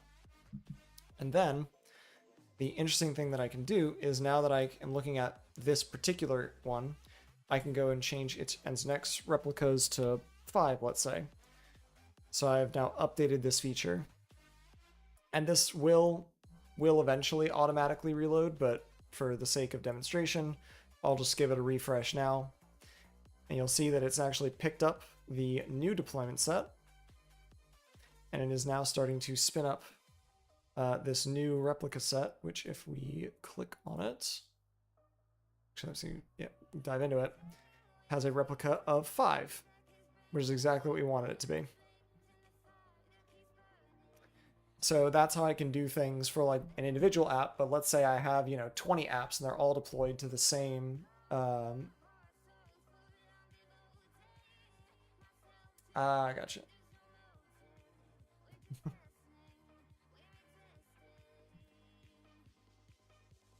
Through the FMT logs? Yeah, for some simple stuff, I just do that, but yeah, I mean, using a log provider, using FMT for this particular project doesn't make a huge difference, because most of the logs are going to be hidden away in a plugin, so it's not saying that we're like shipping them off somewhere or they're going to be super present anywhere. But yeah, so I can change it for an individual app, but now if I want to go and change it for, let's say, all the apps in the US West, so I can set up rules that say, hey, if the cluster is this, US West cluster, then I should change the nginx replicas all the way down to 1, let's say. So I can say that. Actually, that should be enabled. And then I can go to my US West. It still has 3 for right now. I'll, get it to pull from its new stuff, and it will get updated so that only 1 replica is created instead of 3. So now I have a way of targeting not only what my good defaults are, I can target what I should change everything to at both like a rule level. Yep, I am a DevOps engineer. Are you in the, I'm assuming you're in the developer space as well? Have I written any utilities? Yeah, actually I wrote, it's one of the projects that I'm working on right now is a utility written in Go for Let me see. Let me pull up the Git repository again. For controlling the I need to be prayed for it. I appreciate it. Yeah, so I wanted to be able to pull in basically use a feature flag provider to be able to control things in the deployments and other like GitOps repositories. So this is a project that I've been working on for a while called FlagOps, and I've got a couple other things that I'm working on kind of in the background. I appreciate the follow, man. But yeah, a lot of the stuff that I end up working on is around DevOps and deployments and home labs and stuff like that.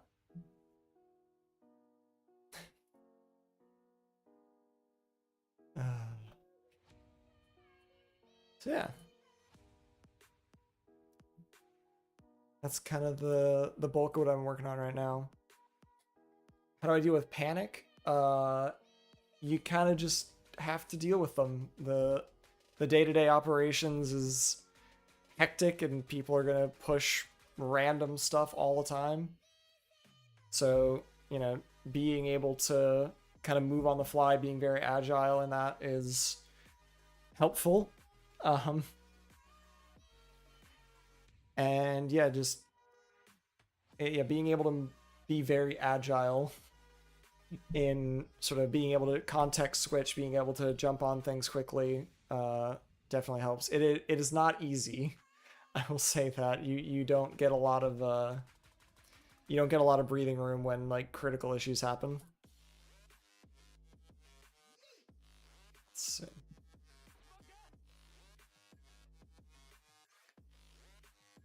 Yeah, this is going to be a big one.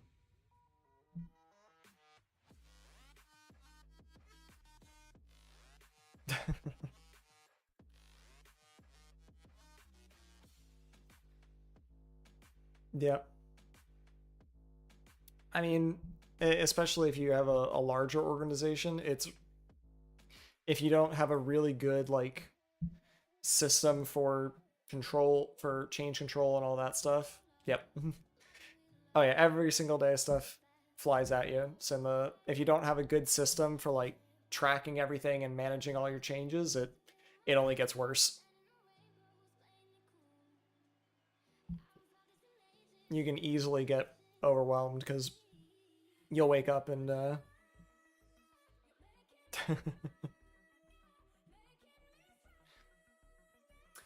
yeah.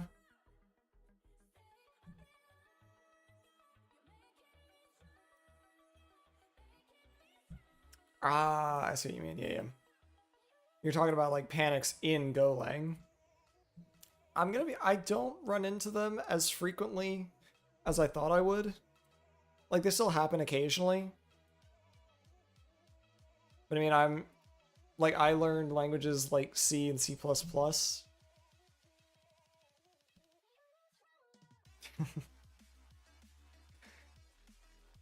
Yeah, I mean, if you're coming from a language that doesn't do errors as values, it can take a while to really like get used to like you have to actually handle the error. Yeah. Nice. That sounds cool.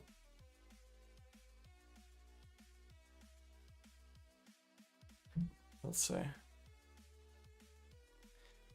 Wonder if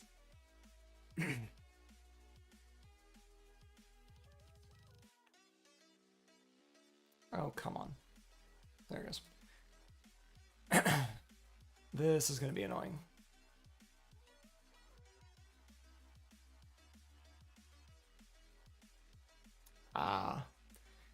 Yeah, unfortunately, don't speak Russian. Would not help me.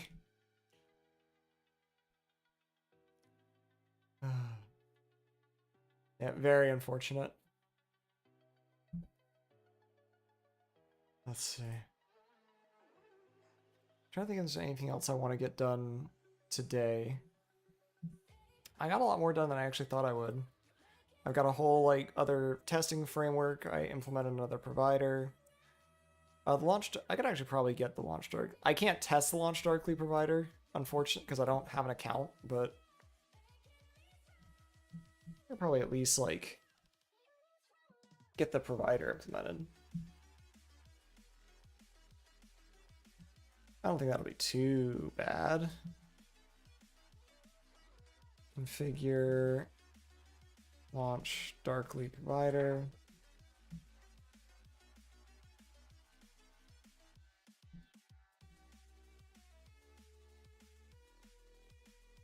Oh, okay. That's pretty interesting.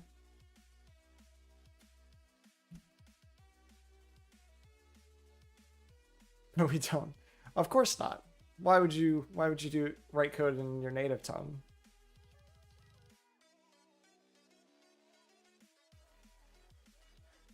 Let's see. I think if I go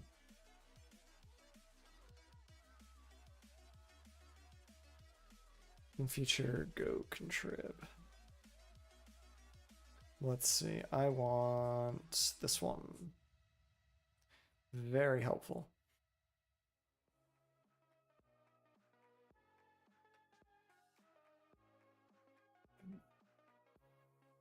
So helpful.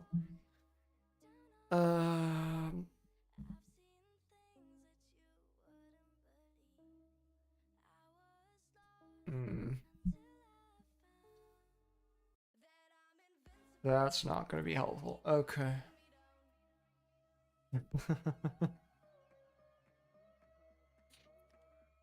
Yeah, exactly. Let's see.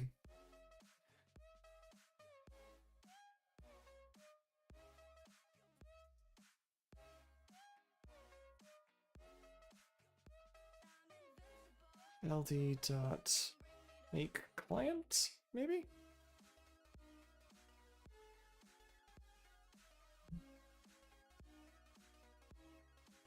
Not exactly very forthcoming with how it works. All right, make client.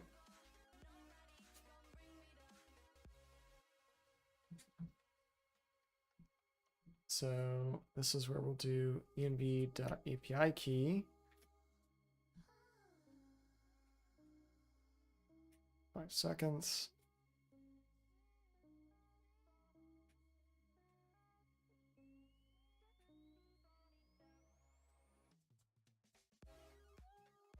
Does that not return an error? Oh, no, it does. It just forgot a comma. Okay. So then I should be able to do open feature set named provider.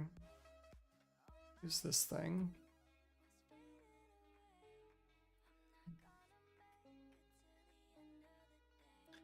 From OFLD. Uh-huh.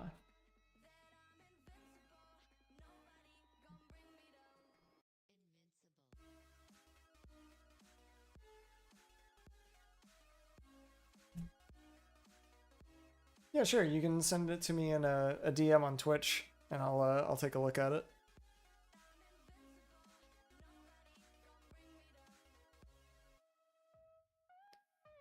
LD.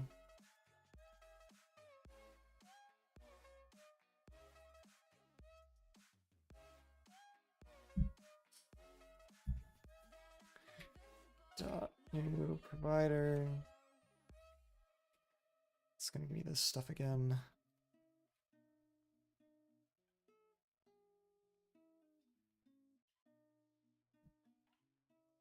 Cool.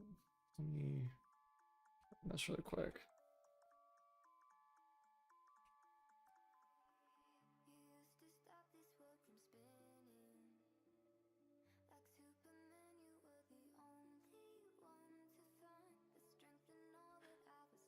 Let's see.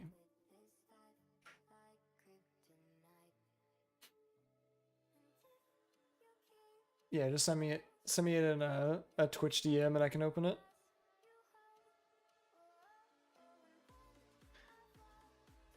So now I'm not handling any of these errors.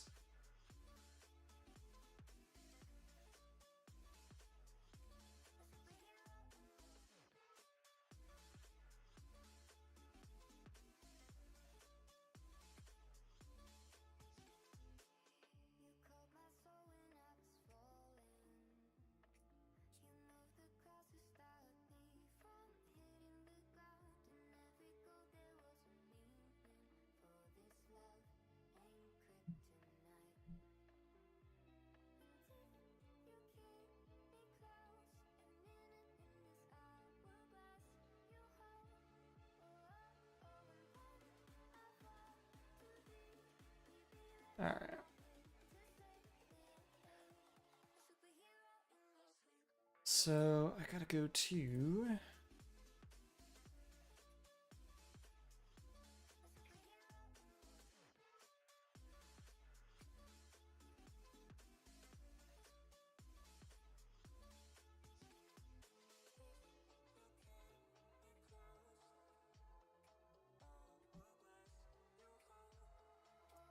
So that should, in theory, now have a launch darkly supported.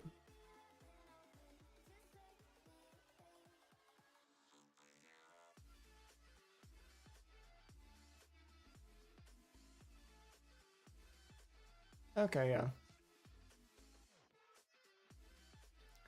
I usually just end up, like, propagating everything up and then kind of just dealing with it when I need to. Like, occasionally I get stuff like this, like, where it makes sense. Like, have some form of, like, common error handling, but I don't know. It hasn't bitten me too bad yet, but I'm certain it will at some point. So let's see. Let me make sure I have a branch.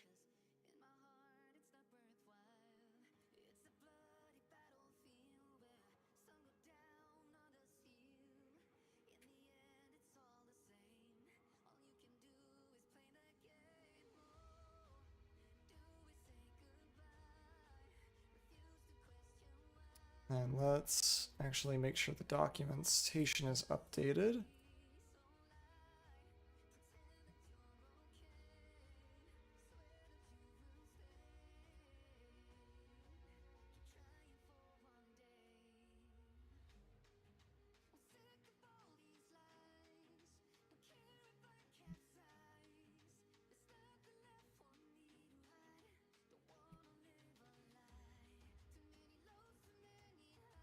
Actually get this. This is going to be important.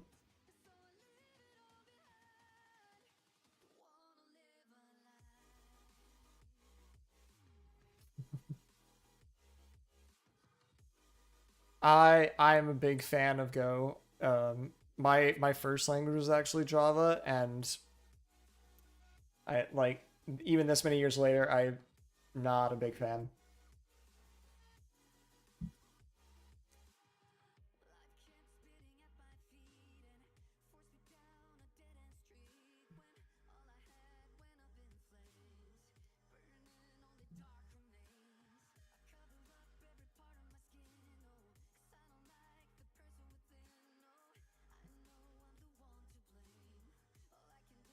Yeah.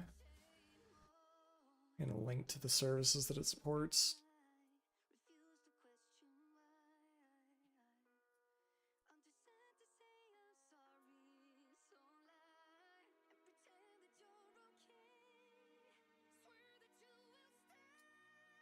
Blacksmith. All right.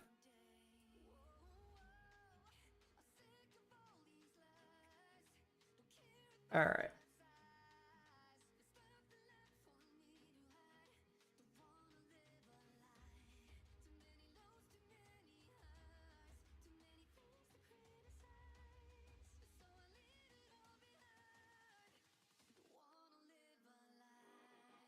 Yeah, but like I don't know. I'm okay with it not having an interpreter. I really am.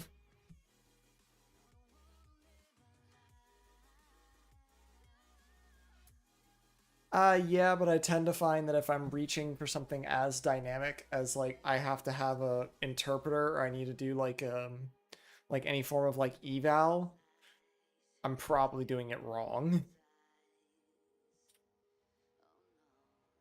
In like 99% of cases, there's obviously some cases where that's like just how you have to solve it, but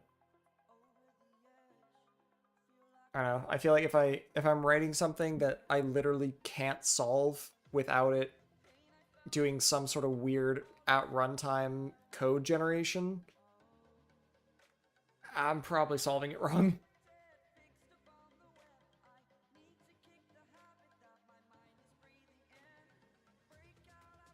Yeah, I guess.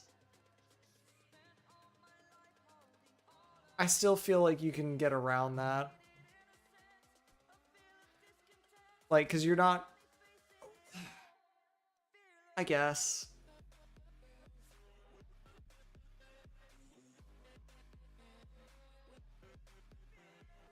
Like, I can see how it would be easier in a more interpreted language. I was trying to think, like... Yeah, I guess. I can see that'd be really annoying to do in Go. Because you have to make everything type safe. Which I guess if it's going to be really, really dynamic is going to be nearly impossible.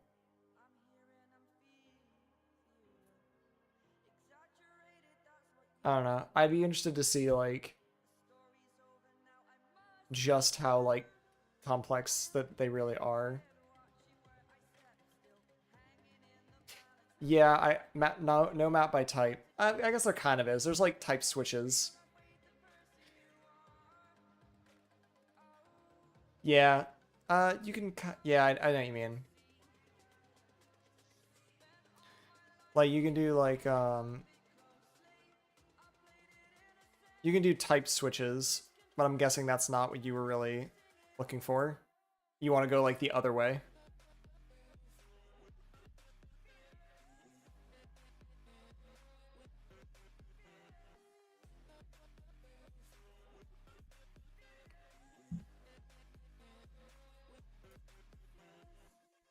Ah, yeah, that's fair. Alright.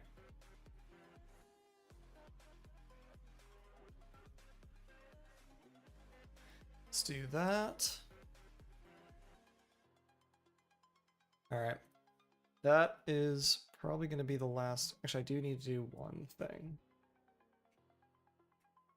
I do need to mention that the Launch Darkly provider is beta.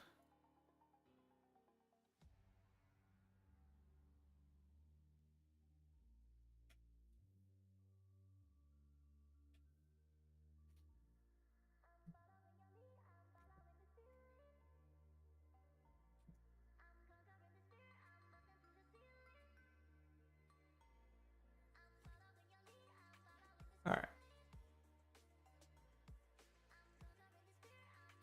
Okay, yeah.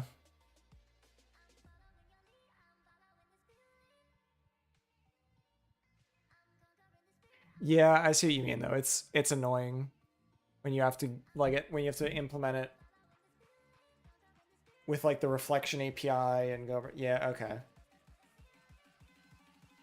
I can see how that'd be annoying.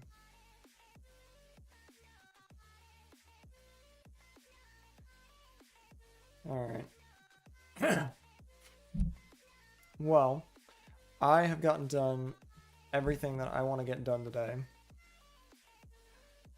So I think I'm gonna hop off of stream and go shower and be an adult for a little bit. But yeah, I really appreciate you hanging out. Appreciate you watching the stream. I usually stream every Wednesday. Yeah. But yeah, I usually stream every Wednesday and then every so often after that, if I can find the time. Yeah, until next time, thanks for hanging out. See you guys later.